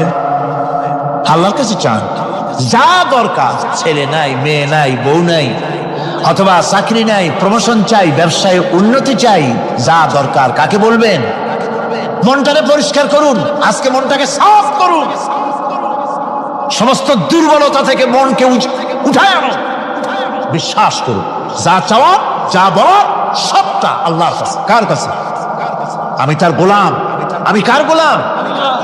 আল্লাহ ছাড়া কারো কাছে আমার অভিযোগ তুলবো না, সবটা বলবো আল্লাহর কাছে। বলে দেখেন, বলে দেখেন আল্লাহ পাক কিভাবে আপনাকে সাহায্য করেন। সুবহানাল্লাহ। ভাইরা আমার, আল্লাহ রাব্বুল আলামিন রাসূল করিম সাল্লাল্লাহু আলাইহি ওয়াসাল্লামকে বলেছেন, ফাইদা ফারাগতা ফানসাব ওয়া ইলা রাব্বিকা ফারগাব। যখন তুমি খালি হাত হয়ে যাবে, দাঁড়িয়ে যাবে এবং তোমার রবের কাছে মিনতি জানাবে, কিছু যখন থাকবে না, তোমার রবের কাছে দাঁড়ায় যাও আর তার কাছে মিনতি জানাও, তোমাকে আল্লাহ ভরপুর করে দিবেন। ভান্ডের কোনো অভাব নাই। আমাদের ভান্ড হচ্ছে যত দেব তত কমবে, আর আল্লাহর ভান্ড যত দেয় তত সমান সমান থাকে, মোটেই কমে না, মোটেই কমে না। সুতরাং দয়াল বাবা, বাবাজান, কেবলাজান বাবা কি যে কবে আর কি করবে দিশা করতে পারে না। গান বাজনা, তারপরে গোসল শরীফ, কি জানি হাবিজাবি শরীফ, কোন শেষ বেদাত দিয়ে ভরে গেছে। এগুলি বিশ্বাস করবেন না, বিদআত খারাফা, এর সাথে মুসলমানের কোনো সম্পর্ক নাই। গান বাজনার সাথে মুসলমানের কোনো সম্পর্ক। হাতে কতগুলো ঢোল নিয়ে তারপরে মাজারের কাছে গিয়ে ঢোল বাজায়, কবরের কাছে মাথায় কতগুলো চুল, দাঁতে ময়লা, মোজগুলা ঠোঁট দুইটা ঢাইকিয়া দাড়ির কাছে এসে পড়ছে। হায় হায় রে, এই রকমের মোষ আমি মাঝে মধ্যে চিন্তা করি যে দই খায় কেমনে এরা। গাঁজা মদ খাইয়া এগুলো মাজার মধ্যে গিয়ে পড়ে থাকে, আর কি জানি আছে ওইটারে ঘষে আর বলে মদিনা যাব কেমনে, মদিনা যাব কেমন। তুই মদিনা যাবি কেমনে? মদ খেয়ে গাঁজা খেয়ে তুই যাবি মদিনা? একটা কথা হইলো? তোর নাপাক কদম আল্লাহ পাকের আরদে মুকাদ্দাসে উঠতে পারে না। বদকার, জিনাকার, শারাবি, কাবাবি আল্লাহ পাকের নাফরমান। কতগুলা শালু কাপড় গায়ে দিয়া মাথায় কতগুলা চুল রাখিয়া তারপরে গ্রামের নামে শরীফ। আশ্চর্য কথা, এই গ্রামের নাম শরীফ, ওই গ্রামের নামের মাথায় গিয়া শরীফ। শরীফ তো মক্কা শরীফ, মদিনা শরীফ, কোরআন শরীফ, হাদিস শরীফ। আর শরীফের দরকার নাই। শরীফের জাত মারছে গ্রামে গ্রামে শরীফ লাগাইয়া। কর্ণফুলী শরীফ, চন্দ্রঘোনা শরীফ। আশ্চর্য কথা, শরীফ শব্দের একটা ইজ্জত থাকা উচিত, ঠিক কিনা কর? আপনাদেরকে সতর্ক হতে হবে। আনুগত্য এবং গোলামি সকল ব্যাপারে আল্লাহ পাকের করতে হবে। চাইতে হবে কার কাছে? আল্লাহর কাছে। আমার এই কথা আপনাদের মনে আছে কিনা জানি না। সম্রাট শাহজাহানের সময় এক ফকির, এক ভিক্ষুক ভিক্ষা করে বেড়াতো। 70-80 বছর বয়স হয়ে গিয়েছে। এক লোক বলছে, সারা জীবন তো তোমার ছোটবেলা থেকে ভিক্ষা করতে দেখলাম। সে বলল, মানুষের দেয় তো 2 পয়সা 1 পয়সা, ভিক্ষা ছাড়া করবোটা কি? লোকটি বলল, তোমার একটা পরামর্শ দেই, একদিন সম্রাটের কাছে গিয়ে যেয়ে দেখো, একবারে যা দেবে খাইয়া কুলাইতে পারবে না। সম্রাট শাহজাহান কোথায় আছে এখন? দেখো গিয়া মসজিদে আছে। লোকটি মসজিদের বাইরে গিয়ে দেখে সম্রাট একা হাত তুলে বসে আছে, চোখ থেকে পানি পড়তেছে দর দর করে, দাড়ি ভিজে জামায় পড়তেছে। বহুক্ষণ দাঁড়িয়ে আছে। এরপরে সম্রাট তার মুনাজাত শেষ করে বেরিয়ে আসছেন। ফকিরের সঙ্গে দেখা। ফকির বলল, আসসালামু আলাইকুম। তিনি বললেন, ওয়ালাইকুম আসসালাম ওয়া রাহমাতুল্লাহ। ফকির রওনা করেছে। বাদশা বলছে, তুমি তো একজন ভিক্ষুক মানুষ বলি মনে হয়, আমার কাছে তো কেউ কিছু না চাইয়া যায় না, তুমি যে কিছু না চেয়েই চলে যাচ্ছ। ভিক্ষুক বলছে, জাহাপানা, সত্যি কিছু চাইতে এসেছিলাম আপনার কাছে, কিন্তু আপনার অবস্থা দেখে আমার জ্ঞানের চোখ খুলে গেছে। আমি দেখতে পেলাম আমি যে সম্রাটের কাছে ভিক্ষা চাইতে আসলাম, আমি তো শুধু তাকায় আছি, আমি তো কান্দি না, বরং আমি যার কাছে চাইতে এসেছি তিনি আমার চাইতে আরো নগণ্য ভিক্ষুকের মতো হয়ে কার কাছে যেন হাত পেতে চোখের পানি ফেলে কান্দে। মনে মনে ভাবলাম, সম্রাট কান্দে যে সম্রাটের কাছে, ওই আল্লাহ সারা জীবনে কারো কাছে কিছু চাইব না। আল্লাহর কাছে চাওয়ার অভ্যাস করুন, তিনি দিতে পারেন, সবকিছু তার আছে। এই বিশ্বাস মনের ভিতরে জমাতে হবে, তাহলেই সত্যিকারের মুসলমান আমরা হব। আল্লাহ পাক সত্যিকারের গোলাম আমাদেরকে বানাবেন, আমরা বলি আমিন। মুনাফিকদের আর একটা চরিত্র হলো, তারা যদি আজান শুনতে পায়, আজান এবং নামাজ সম্পর্কে তারা কটূক্তি করে, আজান এবং নামাজ সম্পর্কে তারা কটূক্তি করতে থাকে। এটা হলো মুনাফিকদের আর একটা চরিত্র। আল্লাহ রাব্বুল আলামিন বলেন, وَإِذَا نَادَيْتُمْ إِلَى الصَّلَاةِ اتَّخَذُوهَا هُزُوًا وَلَعِبًا। যখন আজান তারা শোনে, যখন নামাজের দিকে তখন তাদেরকে ডাকা হয়, তখন তারা ঠাট্টা করে, বিদ্রুপ। আরেকটি চরিত্র হলো, সমাজের ভিতরে অশ্লীলতা বাড়াবার জন্য তারা প্রচেষ্টা চালায়। ইন্নাল্লাযীনা ইউহিব্বুনা আন তাশিআল ফাহিশাতু ফিল্লাযীনা আমানু লাহুম আযাবুন আলীম। ঈমানদার লোকদের মধ্যে অশ্লীলতা এরা বেশি করে ছড়াবার জন্য চেষ্টা করে, মানুষকে দুশ্চরিত্র বানাবার জন্য তারা চেষ্টা করে। এইভাবে করে রেডিওর মাঝে, সিনেমার ভিতরে, গানের মাধ্যমে, যাত্রার মাধ্যমে, পত্রপত্রিকার মাধ্যমে নানান ভাবে চেষ্টা চালায় যাতে করে মুসলমানদের মধ্যে চরিত্রহীনতা বাড়তে থাকে, শয়তানি বদমাশি বাড়ে, মানুষ চরিত্রবান হতে পারে এমন কিছু প্রদর্শিত হবে না, বরং প্রদর্শিত হবে মুনাফিকরা চেষ্টাই চালাবে যাতে করে মানুষের দ্বীন ও ঈমান নষ্ট হতে পারে, সেগুলি তারা করতে থাকবে। এগুলি হলো মুনাফিকের চরিত্র। এগুলি কি চরিত্র? পাপের কাজ যদি দেখে তড়িৎ গতিতে ওরা ঝাঁপিয়ে পড়ে। কোরআনে কারিমে রব্বুল আলামিন বলেন, ওয়াতারা কাসীরাম মিনহুম ইউসারিউনা ফিল ইসমি ওয়াল উদওয়ান। মুনাফিকদের চরিত্র এটা যে তারা যখনই সুযোগ পায় তখনই খারাপ কাজের দিকে, মন্দ কাজের দিকে ঝাঁপায় পড়ে এবং মানুষদেরকে মন্দের দিকে, গুনাহের দিকে, জুলুমের দিকে, অত্যাচারের দিকে তড়িৎ গতিতে তারা ঝাঁপায় পড়ে। এটা হলো তাদের কাজ। মুনাফিকদের আর একটা চরিত্র হচ্ছে, তারা যদি নামাজ পড়তে দাঁড়ায়, নামাজ তারা পড়ে মানুষকে দেখাবার জন্য, আল্লাহকে খুশি করার জন্য মুনাফিকরা নামাজ পড়ে না। কোরআনে কারিমে বলা হচ্ছে, ওয়াইদা কামু ইলাস সালাতি কামু কুসালা ইউরাউনান নাস। মুনাফিকদের চরিত্র হচ্ছে তারা নামাজে যায় না, যদি যায় তাহলে নামাজের মধ্যে দাঁড়ায় কাহিনী এবং চুস্তি অবস্থায়, নামাজের মধ্যে দাঁড়ায় ইদিক উদিক তাকায়, টুপিটা ঠিক করে, জামাটায় টান দেয়, বগলে চুলকায়, তারপরে নামাজের মধ্যে ইমামকে সতর্ক করে। ইমাম যদি তাশাহুদ পড়তে দেরি করে, ওর নিজের পড়া আগে হয়ে গেছে, ইমাম একটু দেরি করতেছে, তো পিছন থেকে সিগন্যাল মারে।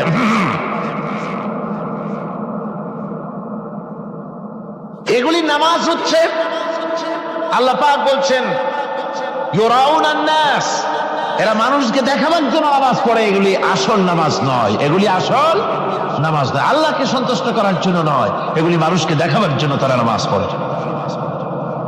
আমার ভাইরা, ইসলামের চরিত্রগুলি, কাজগুলি তারা করতে চায় না। সব সময়ের জন্য ইসলামের সঙ্গে বিরোধিতা করা এবং ইসলামের অপব্যাখ্যা করা, এগুলি হচ্ছে এই মুনাফিকদের চরিত্র, মুনাফিকদের কাজ। মুনাফিকরা চিরটা কাল এভাবে মুসলমানদের সঙ্গে খারাপ ব্যবহার করে এসছে এবং নিজেরা জাহান্নামের পথকে এভাবে তারা করে নিয়েছে। মুনাফিকদের আরেকটি চরিত্র হচ্ছে, জিহাদের নাম শুনলে তাদের কলিজা কেঁপে ওঠে।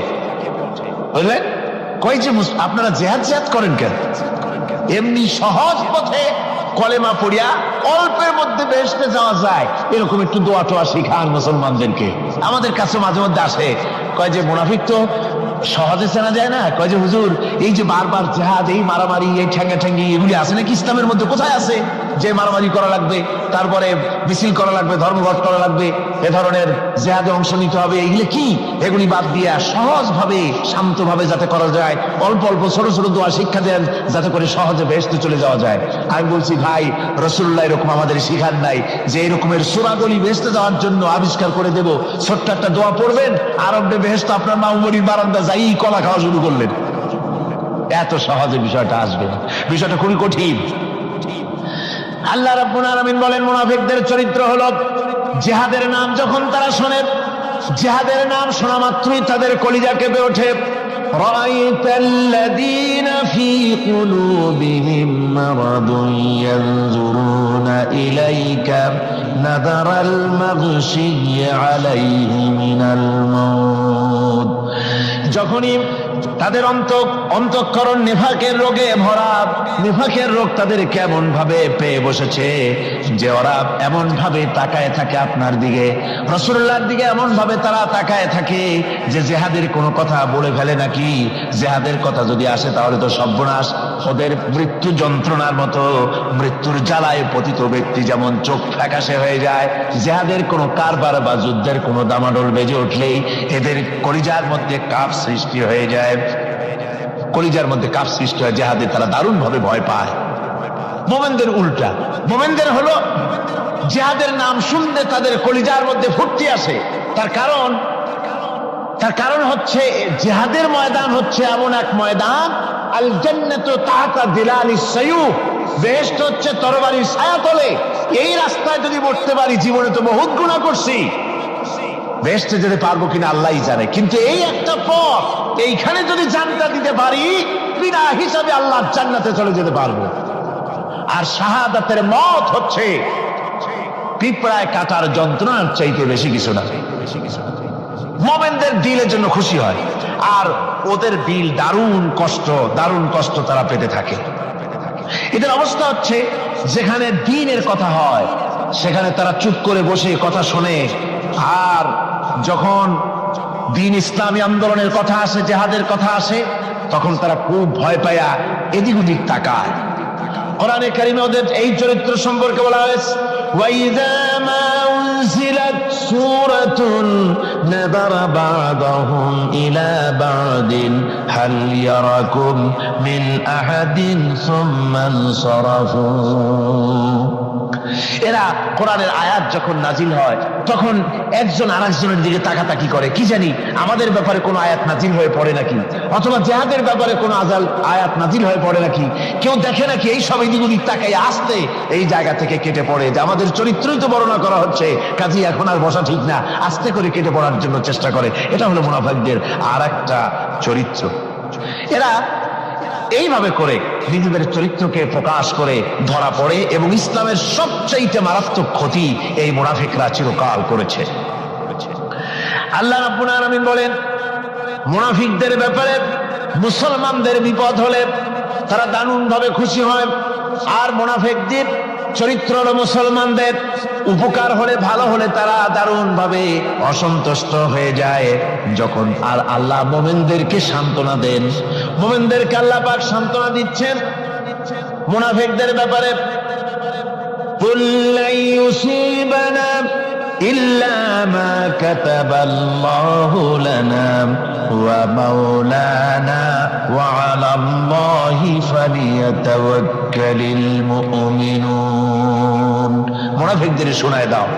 মুমিনদেরকে বলা হচ্ছে তোমরা মুনাফিকদের শোনাও যে তোমরা যে আমাদের ব্যাপারে খুশি হচ্ছ, যে আমাদের বিপদ দেখা, আমাদের চতুর্দিক থেকে বিপদ, মুসলমানদের আর চতুর্দিক থেকে কি বিপদ, এই বিপদ দেখে তোমরা দারুণ খুশি যে মুসলমানেরা এইবার মার খাচ্ছে, ইসলামী আন্দোলন আর কোমর সোজা করে দাঁড়াতে পারবে না, এইবার শেষ, বুদ্ধি করিয়া যে ষড়যন্ত্রের জালে আটকায় দিছি আর মুক্তি হবে না।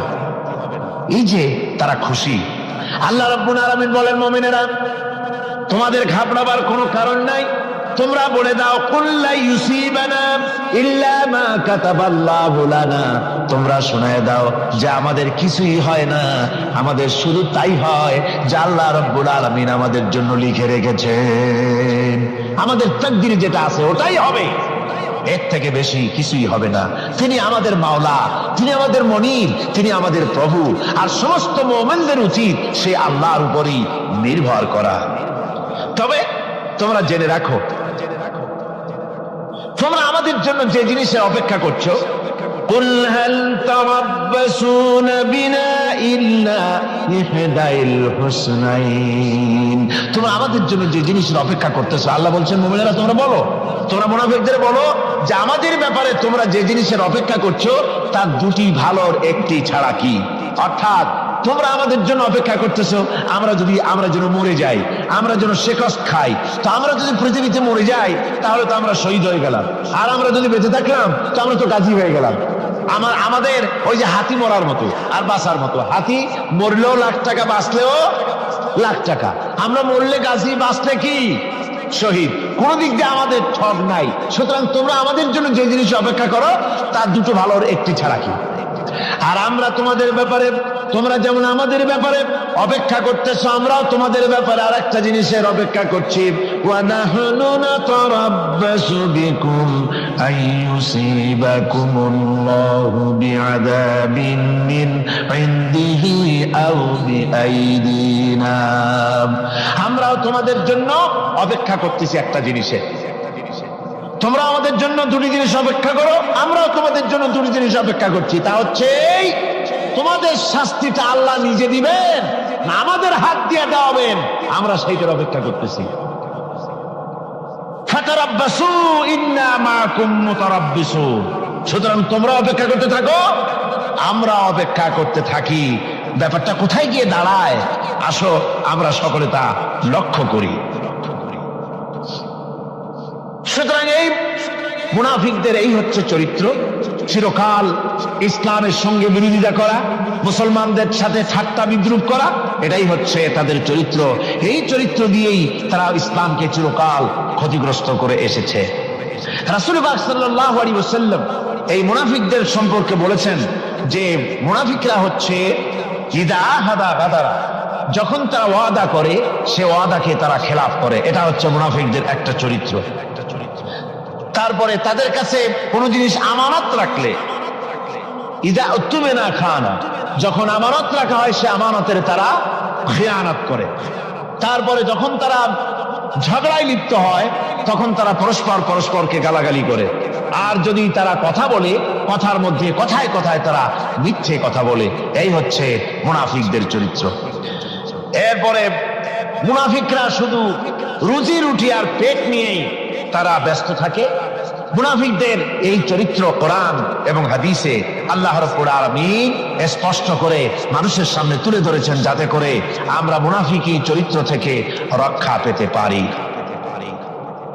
এই মুনাফিকদের সম্পর্কে সর্বশেষ কথা, আল্লাহ রাব্বুল আলামিন যেহেতু মুনাফিকরা ইসলামের সবচাইতে বেশি ক্ষতি করেছে, সেই জন্য আল্লাহ রাব্বুল আলামিন নবীকে বলেছেন যে আপনি যদি এদের ব্যাপারে ইস্তাগফির লাহুম আও লা তাস্তাগফির লাহুম ইন তাস্তাগফির লাহুম ৭০ মাররাতান ফালাই ইয়াগফিরাল্লাহু লাহুম, আপনি যদি এদের জন্য ক্ষমা চান আর ক্ষমা আপনি নাই চান, এমনকি ৭০ বারও যদি আপনি মুনাফিকদের জন্য আমি আল্লাহর কাছে ক্ষমা প্রার্থনা করেন, আমি আল্লাহ রব্বুল আলামিন মুনাফিকদেরকে ক্ষমা করে দেব না। মুনাফিক হচ্ছে চরমভাবে ক্ষতিগ্রস্ত, দুনিয়াও ক্ষতিগ্রস্ত হবে, আখিরাতেও তারা ক্ষতিগ্রস্ত হবে।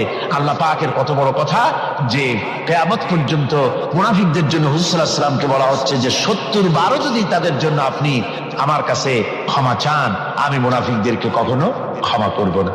সুতরাং আমাদেরকে বুঝতে হবে মুনাফিকি চরিত্র সবচাইতে নিকৃষ্ট চরিত্র, আর এই চরিত্রে আল্লাহ পাক সবচাইতে বেশি অসন্তুষ্ট হন। আল্লাহ পাক তাই বলছেন, কাবুরা মাকতান ইনদাল্লাহি আন তাকুলু মা লা তাফআলুন, আল্লাহর কাছে সবচাইতে বেশি ক্রোধ উদ্রেককারী এই ব্যাপারটাই যে তোমরা যা বলো তা তোমরা করো না, এটা বড় মারাত্মক ব্যাপার, আল্লাহ এটাকে সহ্য করেন না। সুতরাং মুমিনদেরকে আয়াত থেকে শিক্ষা গ্রহণ করতে হবে, মুনাফিকি ছাড়তে হবে, আনুগত্য করতে হবে, সবটাই আল্লাহর। কার আনুগত্য হবে? আল্লাহ এবং রাসূলের আনুগত্য জীবনের সকল ক্ষেত্রেই করতে হবে। এটাই মুসলমানদের জন্য ঈমানের সবচেয়ে বড় দাবি। তারপরে রব্বুল আলামিন বলেন, ইন্নাল্লাহা ইউহিব্বুল্লাযীনা ইউকাতিলুনা ফী সাবিলিহি সাফফান কাআন্নাহুম বুনিয়ানুম মারসুস।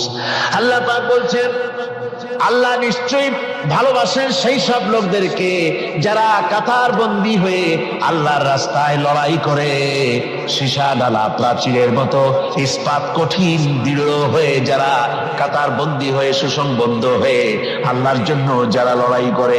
এখানে বলা হচ্ছে যে লড়াইটা হবে আল্লাহর জন্য, সংগ্রাম হবে কার জন্য? ইউকাতিলুনা ফী সাবিলিহি। লড়াই কিন্তু কখনোই,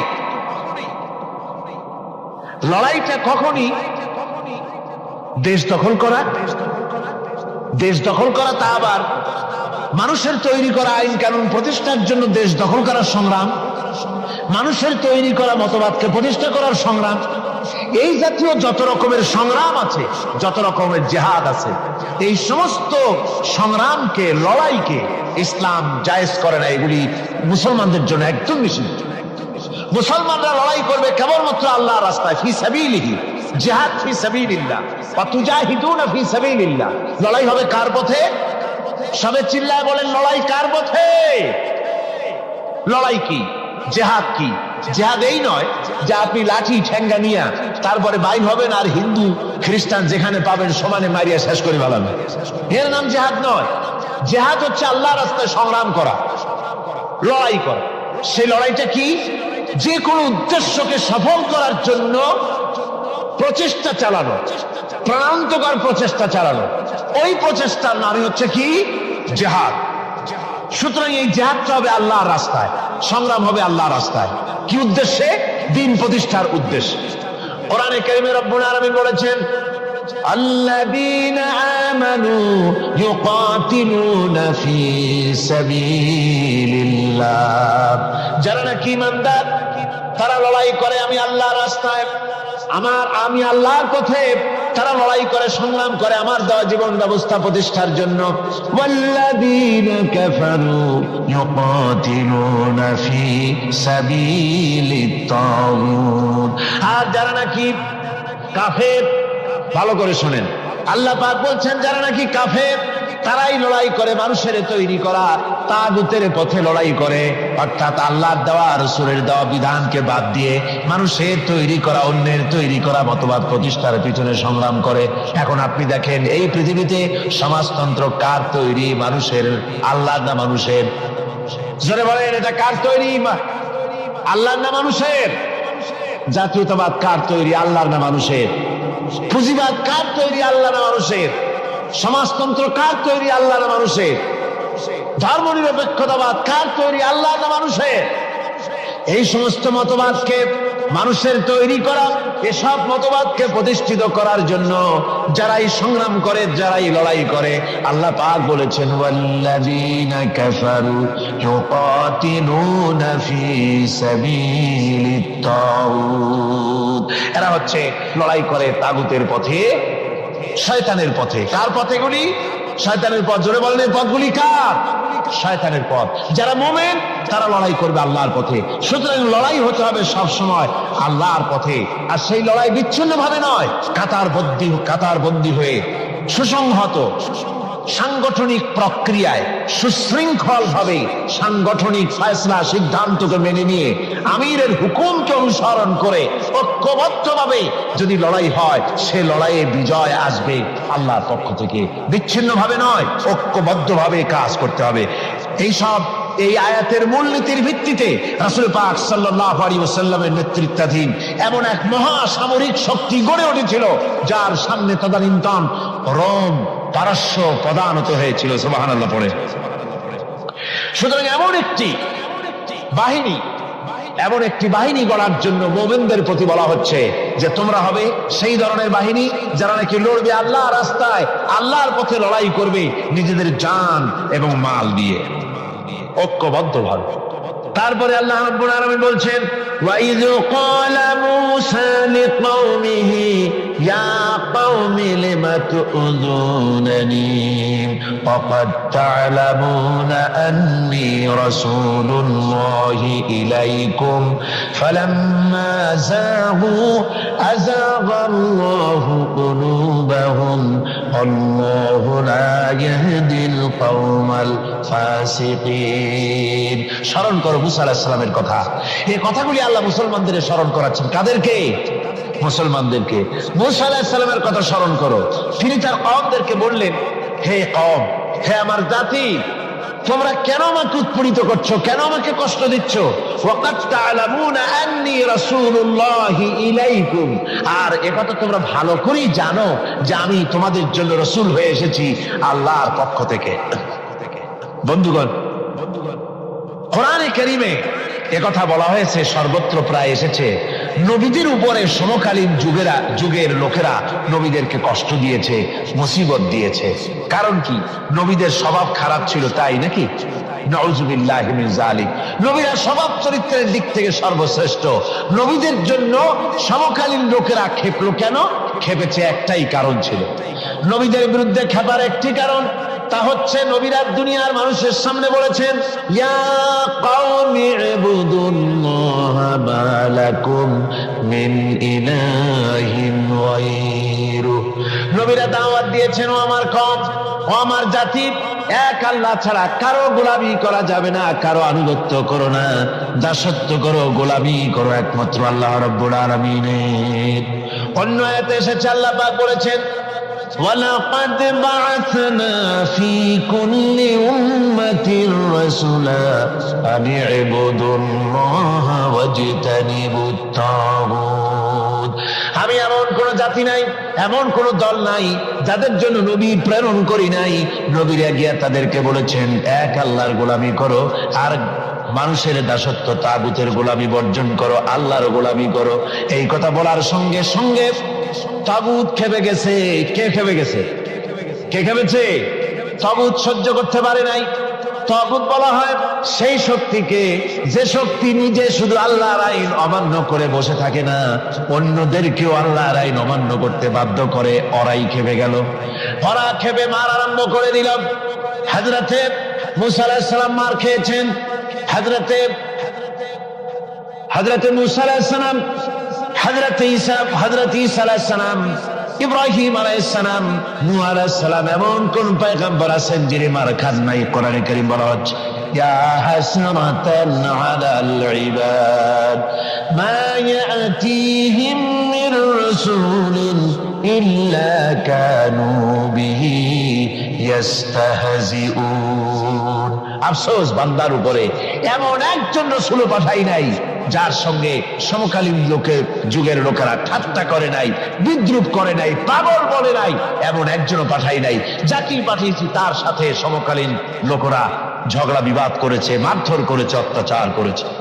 বিশ্বকবি, কবি সম্রাট আল্লামা ইকবাল রহমাতুল্লাহ আলাইহি বলেছেন, সতীজা কা রহা হ্যায় अज़ल से ताइमरोज सतेजा का रहा है अज़ल से ताइमरोज चरागे मुस्तफा भी से शरारे बुलावी।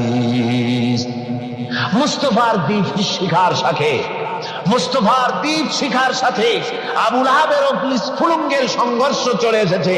আবহমান কাল থেকে শুরু হয়েছে, আজও চলছে, কিয়ামত পর্যন্ত চলতে থাকবে।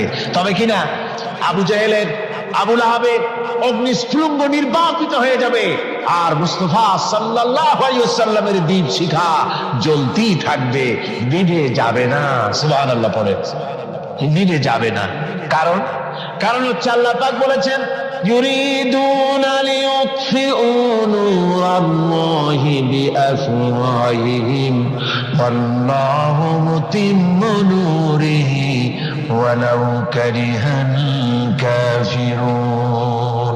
কাফের বেঈমানের চায় মুখের ফু দিয়ে আমার আলোকে নির্বাপিত করে দেবে, আমার দ্বীনকে দুনিয়া থেকে মিটিয়ে দেবে। আল্লাহ পাক বলেন আমি আমার দ্বীনকে পূর্ণতা দান করব, যার জমকের সাথে আমার দ্বীন দুনিয়ার বুকে প্রতিষ্ঠিত হবে। তাতে কাফেরদের কলিজার ভিতরে যতই জ্বালা যন্ত্রণা হোক না কেন, ওদের মনে যত কষ্ট হোক, ইসলাম প্রতিষ্ঠিত হবে। আল্লাহ বলেছেন, কে বলেছেন? আল্লাহ পাক, আমি আমার দ্বীনকে পূর্ণতা দান করব। সুতরাং কাফেররা বাধা দিল নবীদের। কারা বাধা দিল? কাফেররা। যারা বাধা দিল তারা সংখ্যায় 3 শ্রেণী। কয় শ্রেণী? ভালো করে মনে রাখেন, 3 শ্রেণীর লোকেরা নবীদেরকে বাধা দিয়েছে। মুসা আলাইহিস সালাম বলছেন, কেন আমাকে কষ্ট দিচ্ছ, অথচ তোমরা জানো যে আমি আল্লাহর রাসূল। এই যে পয়গম্বরদেরকে বাধা দিল 3 শ্রেণীর লোকেরা। কারা দিল? 3 শ্রেণীর লোকেরা দিল। প্রথম শ্রেণী হচ্ছে রাষ্ট্র শক্তি। প্রথম কারা? 2 নম্বরে বাধা দিল বিত্তশালী, যাদের টাকা আছে, পয়সা আছে, বড় লোক। এই বিত্তশালী ধনাঢ্য ব্যক্তি হলো 2 নম্বর। আর 3 নম্বরে বাধা দিল ধর্মের নামের 1 শ্রেণীর ব্যবসায়ীর দল। তাহলে কয়টা হলো? 3টা। 3 শ্রেণীর লোকেরা বাধা দিয়েছে নবীদেরকে। বর্তমানে তারা আর নাই। জি, বর্তমানেও আছে, ভবিষ্যতেও থাকবে। 3 শ্রেণীর লোকেরাই বাধা দিয়েছে, বর্তমানেও দিচ্ছে, ভবিষ্যতেও। এই 3 শ্রেণীর প্রথম শ্রেণী হলো রাষ্ট্রশক্তি। রাষ্ট্রশক্তি বাধা দিল কেন? কেন বাধা দিল? রাষ্ট্রশক্তি যেমন ফেরাউন, রাষ্ট্রশক্তি নমরুদ, রাষ্ট্রশক্তি হচ্ছে আবু জেহেল, আবু লাহাব, আবু সুফিয়ান, উতবা, সাইবা, মুগীরা, এরা বাধা দিল। রাষ্ট্রশক্তি বাধা দিল। বাধা দেওয়ার কারণ হলো রাসূলুল্লাহ বলেছেন, নবীরা বলেছেন, তারা বলেছেন সবাই, ইয়া কওমি ইবুদুল্লাহ মা লাকুম মিন ইলাহিন গায়রু। নবীজি বলেছেন, ইয়া আইয়ুহান নাস কুলু লা ইলাহা ইল্লাল্লাহ তুফলিহুন। ও মানব সকল, ঘোষণা করে দাও কোনো ইলাহ নাই, কোনো আইনদাতা নাই, কোনো বিধানদাতা নাই, আল্লাহ ছাড়া করো উপাস্য নাই, মাবুদ নাই। এই কথাগুলি যখন নবীরা বলেছেন, তখন সমকালীন রাষ্ট্রশক্তি বুঝতে পেরেছে আমাদের মাতবাড়ি তো আর চলবে না, মাতবাড়ি শেষ। যদি লা ইলাহা ইল্লাল্লাহ হয় তাহলে তো আমরা থাকি না। কারা থাকে না? রাষ্ট্রশক্তি। কারা থাকে না? কর। আমি আপনাদের কাছে যে মাঝে মধ্যে কথা জিজ্ঞেস করি, আপনারা কি তাতে বেজার হন নাকি? জিজ্ঞেস করি এই জন্যে যাতে আপনাদের কথাগুলি মনে থাকে। রাষ্ট্রশক্তি বাধা দিল এই কারণেই যে আমরা তো তাহলে আর থাকি না। লা ইলাহা, কোনো ইলাহ নাই, কোনো আইনদাতা নাই, কোনো বিধানদাতা নাই, কোনো শাসনকর্তা নাই, কেউ নাই আল্লাহ ছাড়া। একমাত্র আইন চলবে আল্লাহ। তাহলে আমরা লাগি কোন কাজে? আমাদের তো নেতৃত্ব থাকবে না, আমাদের মাতবাড়ি থাকবে না, আমাদের আইন চলবে না, আমরা তো বেকার হয়ে যাব। সুতরাং এইটাকে বন্ধ করতে হবে, এটাকে বন্ধ করতে হবে, এটা বন্ধ করতে হবে। এই আইন যদি চালু হয় তাহলে তো মৌজ করা যাবে না, ফুর্তি করা যাবে না, ইট, ড্রিঙ্ক এন্ড বি মেরি, এগুলি তো আর চলবে না। ডু ফুর্তি, নো চিন্তা, এসব তো আর চলবে না। মদ খাওয়া, জুয়া খেলা, শয়তানি করা, বদমাশি করা, জনগণের টাকা নিয়ে নিজের বাপের সম্পত্তি মনে করে তা গ্রহণ করা, এভাবে করে সর্বনাশ করা তো আর চলবে না, মাতবাড়িতে চলবে না। সুদ যদি কোন দেশ আল্লাহর কোরআন অনুযায়ী হারাম ঘোষিত হয়, আল্লাহ তো হারাম করে দিয়েছে, দেশে যদি সুদমুক্ত ব্যাংকিং চালু হয় তাহলে উপকৃত হবে শুধু মুসলমান না সব জাতের মানুষ? সব জাতের মানুষ। সুদ দিয়ে মানুষ শোষিত হয়। মদ যদি বন্ধ হয়ে যায়, রাষ্ট্রশক্তি যদি কোরআনের আইন অনুযায়ী, আল্লাহ বলেছেন মদ হারাম, মদ যদি নিষিদ্ধ ঘোষিত হয়, উপকার পাবে না সবাই উপকার পাবে? জেনা যদি বন্ধ হয়ে যায়, সরকার কর্তৃক জেনা যদি বন্ধ করে দেওয়া হয়, তাহলে উপকার কি মুসলমানদের না সারা পৃথিবীর সমস্ত মানুষের? পর্দা করা ফরজ, এই পর্দা প্রথা যদি চালু হয় তাহলে নারীর ইজ্জত রক্ষা হবে শুধু মুসলমানদের না সারা পৃথিবীর সমস্ত নারী? তো দেখুন, ইসলামের মদ বলেন, সুদ বলেন, ঘুষ বলেন, জেনা বলেন, জুয়া বলেন, যত রকমের আইন ইসলাম করেছে, চোরের হাত কাটা আইন হোক, আর আপনার হত্যাকারীকে কতল করাই হোক, কিসাস হোক, যত রকমের আইন করেছে, সমস্ত আইন দ্বারা উপকৃত হবে সারা পৃথিবীর সমস্ত মানুষ। এই জন্য ইসলাম ইসলাম সাম্প্রদায়িক নয়, মুসলমানেরাও সাম্প্রদায়িক নয়। ইসলাম হচ্ছে সার্বজনীন, ইসলাম হচ্ছে বিশ্বজনীন।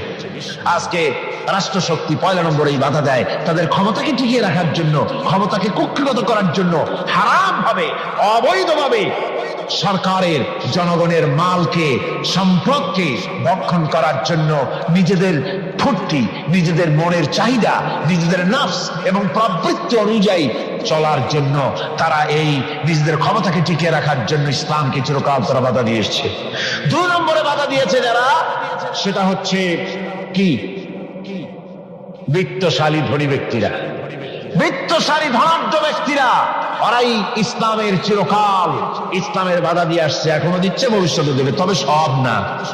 ধনী হযরত ওসমান রাদিয়াল্লাহু তাআলা আনহু ধনী ছিলেন, ওই রকম ধনী ব্যক্তি এখন আলহামদুলিল্লাহ কিছু কিছু আছে যারা হযরত ওসমান রাদিয়াল্লাহু তাআলা আনহুর মতো দুহাতে সম্পদ বিলায় দেয়, নাম কামাবার জন্য না, আল্লাহর রাস্তে দিয়ে দেয়। আছে না 2-1 জন?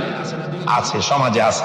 কিন্তু অধিকাংশ বিত্তশালী ব্যক্তিবর্গ তারা বাধা দেয় ইসলামকে।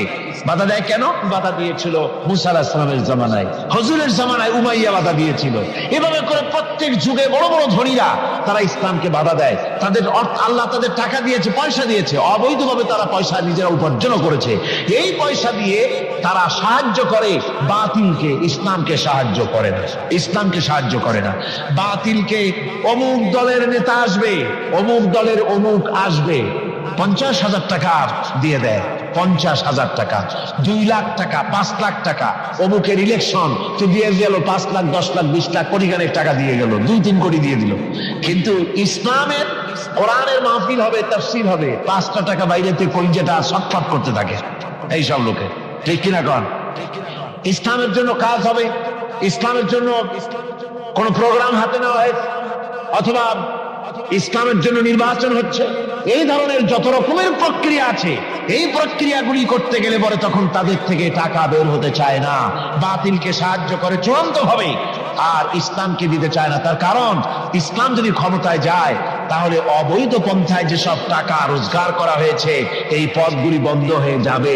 তাই তাদের ভয় ইসলামের প্রতি, যেগুলি পথ যদি বন্ধ হয়ে যায় তাহলে তো আমাদের ফুর্তি আর চলবে না, মউত চলবে না, জেনা ব্যভিচার চলবে না, শয়তানি বদমাশি চলবে না।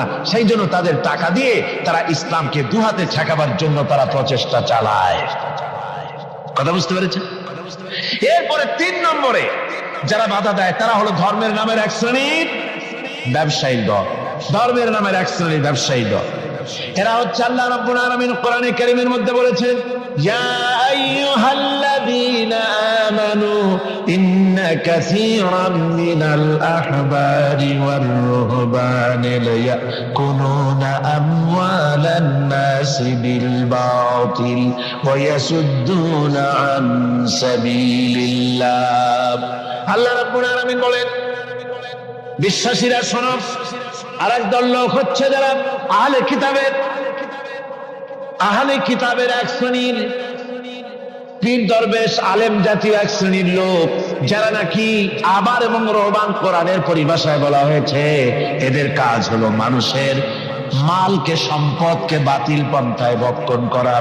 নিজেদেরকে জনগণের সামনে এভাবে পেশ করে যে তারাই যেন বেহেশতের এজেন্ট, তাদেরকে খুশি করতে পারলেই আল্লাহ খুশি হয়ে যাবে।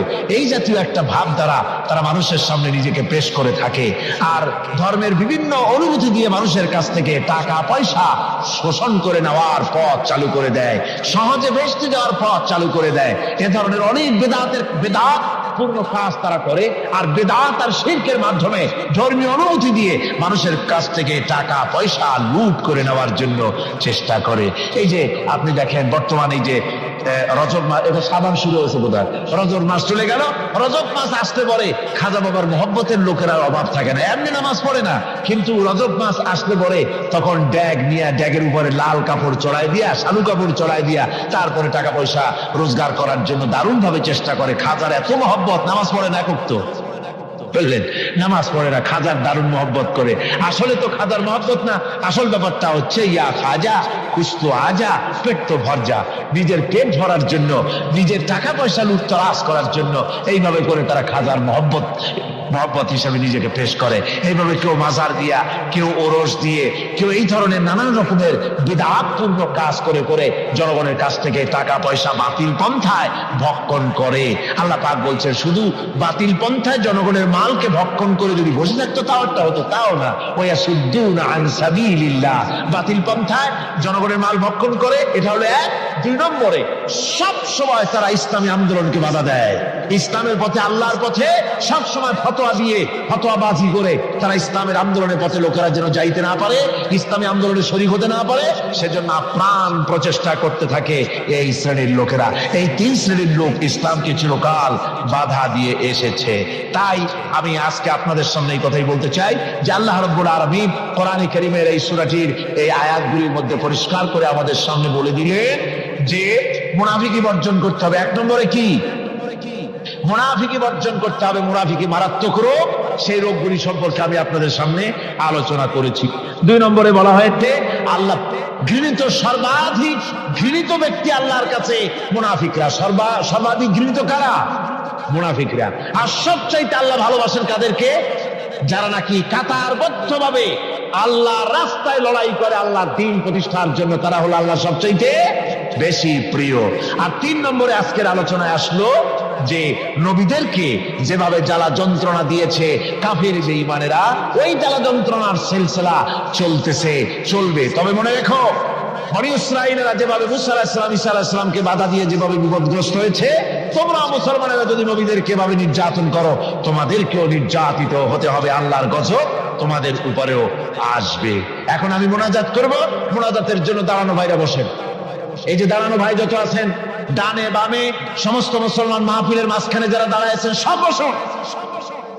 এক মুহূর্তের ভিতরে বসে পড়ুন, মোনাজাতে শরীক হন। সমস্ত মুসলমান ভাইরা যার যার জায়গায় বসে মোনাজাতে শরীক হয়ে যান। মোনাজাতের পর আযান হবে, এশার নামাজ বা জামাত আপনারা আদায় করে যাবেন। এত বড় জামাত যেন কেউ নষ্ট করবেন না। আপনাদের মাহফিলে আসা, বসা, শোনা সবটাই বরকতপূর্ণ হবে যদি জামাতে নামাজ আদায় করে যান।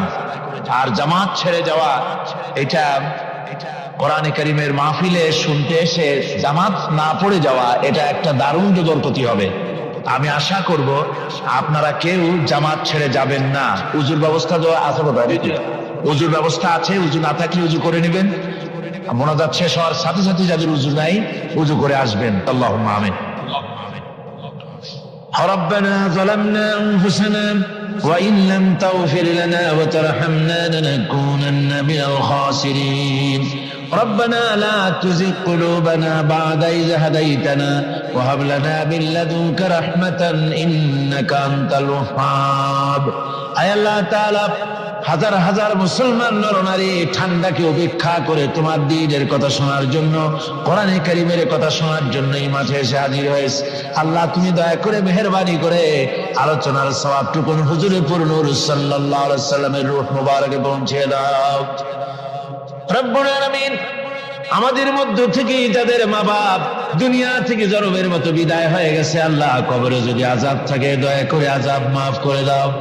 আল্লাহ আমাদের মা বাপের উপরে তোমার রহমত নাজিল করো।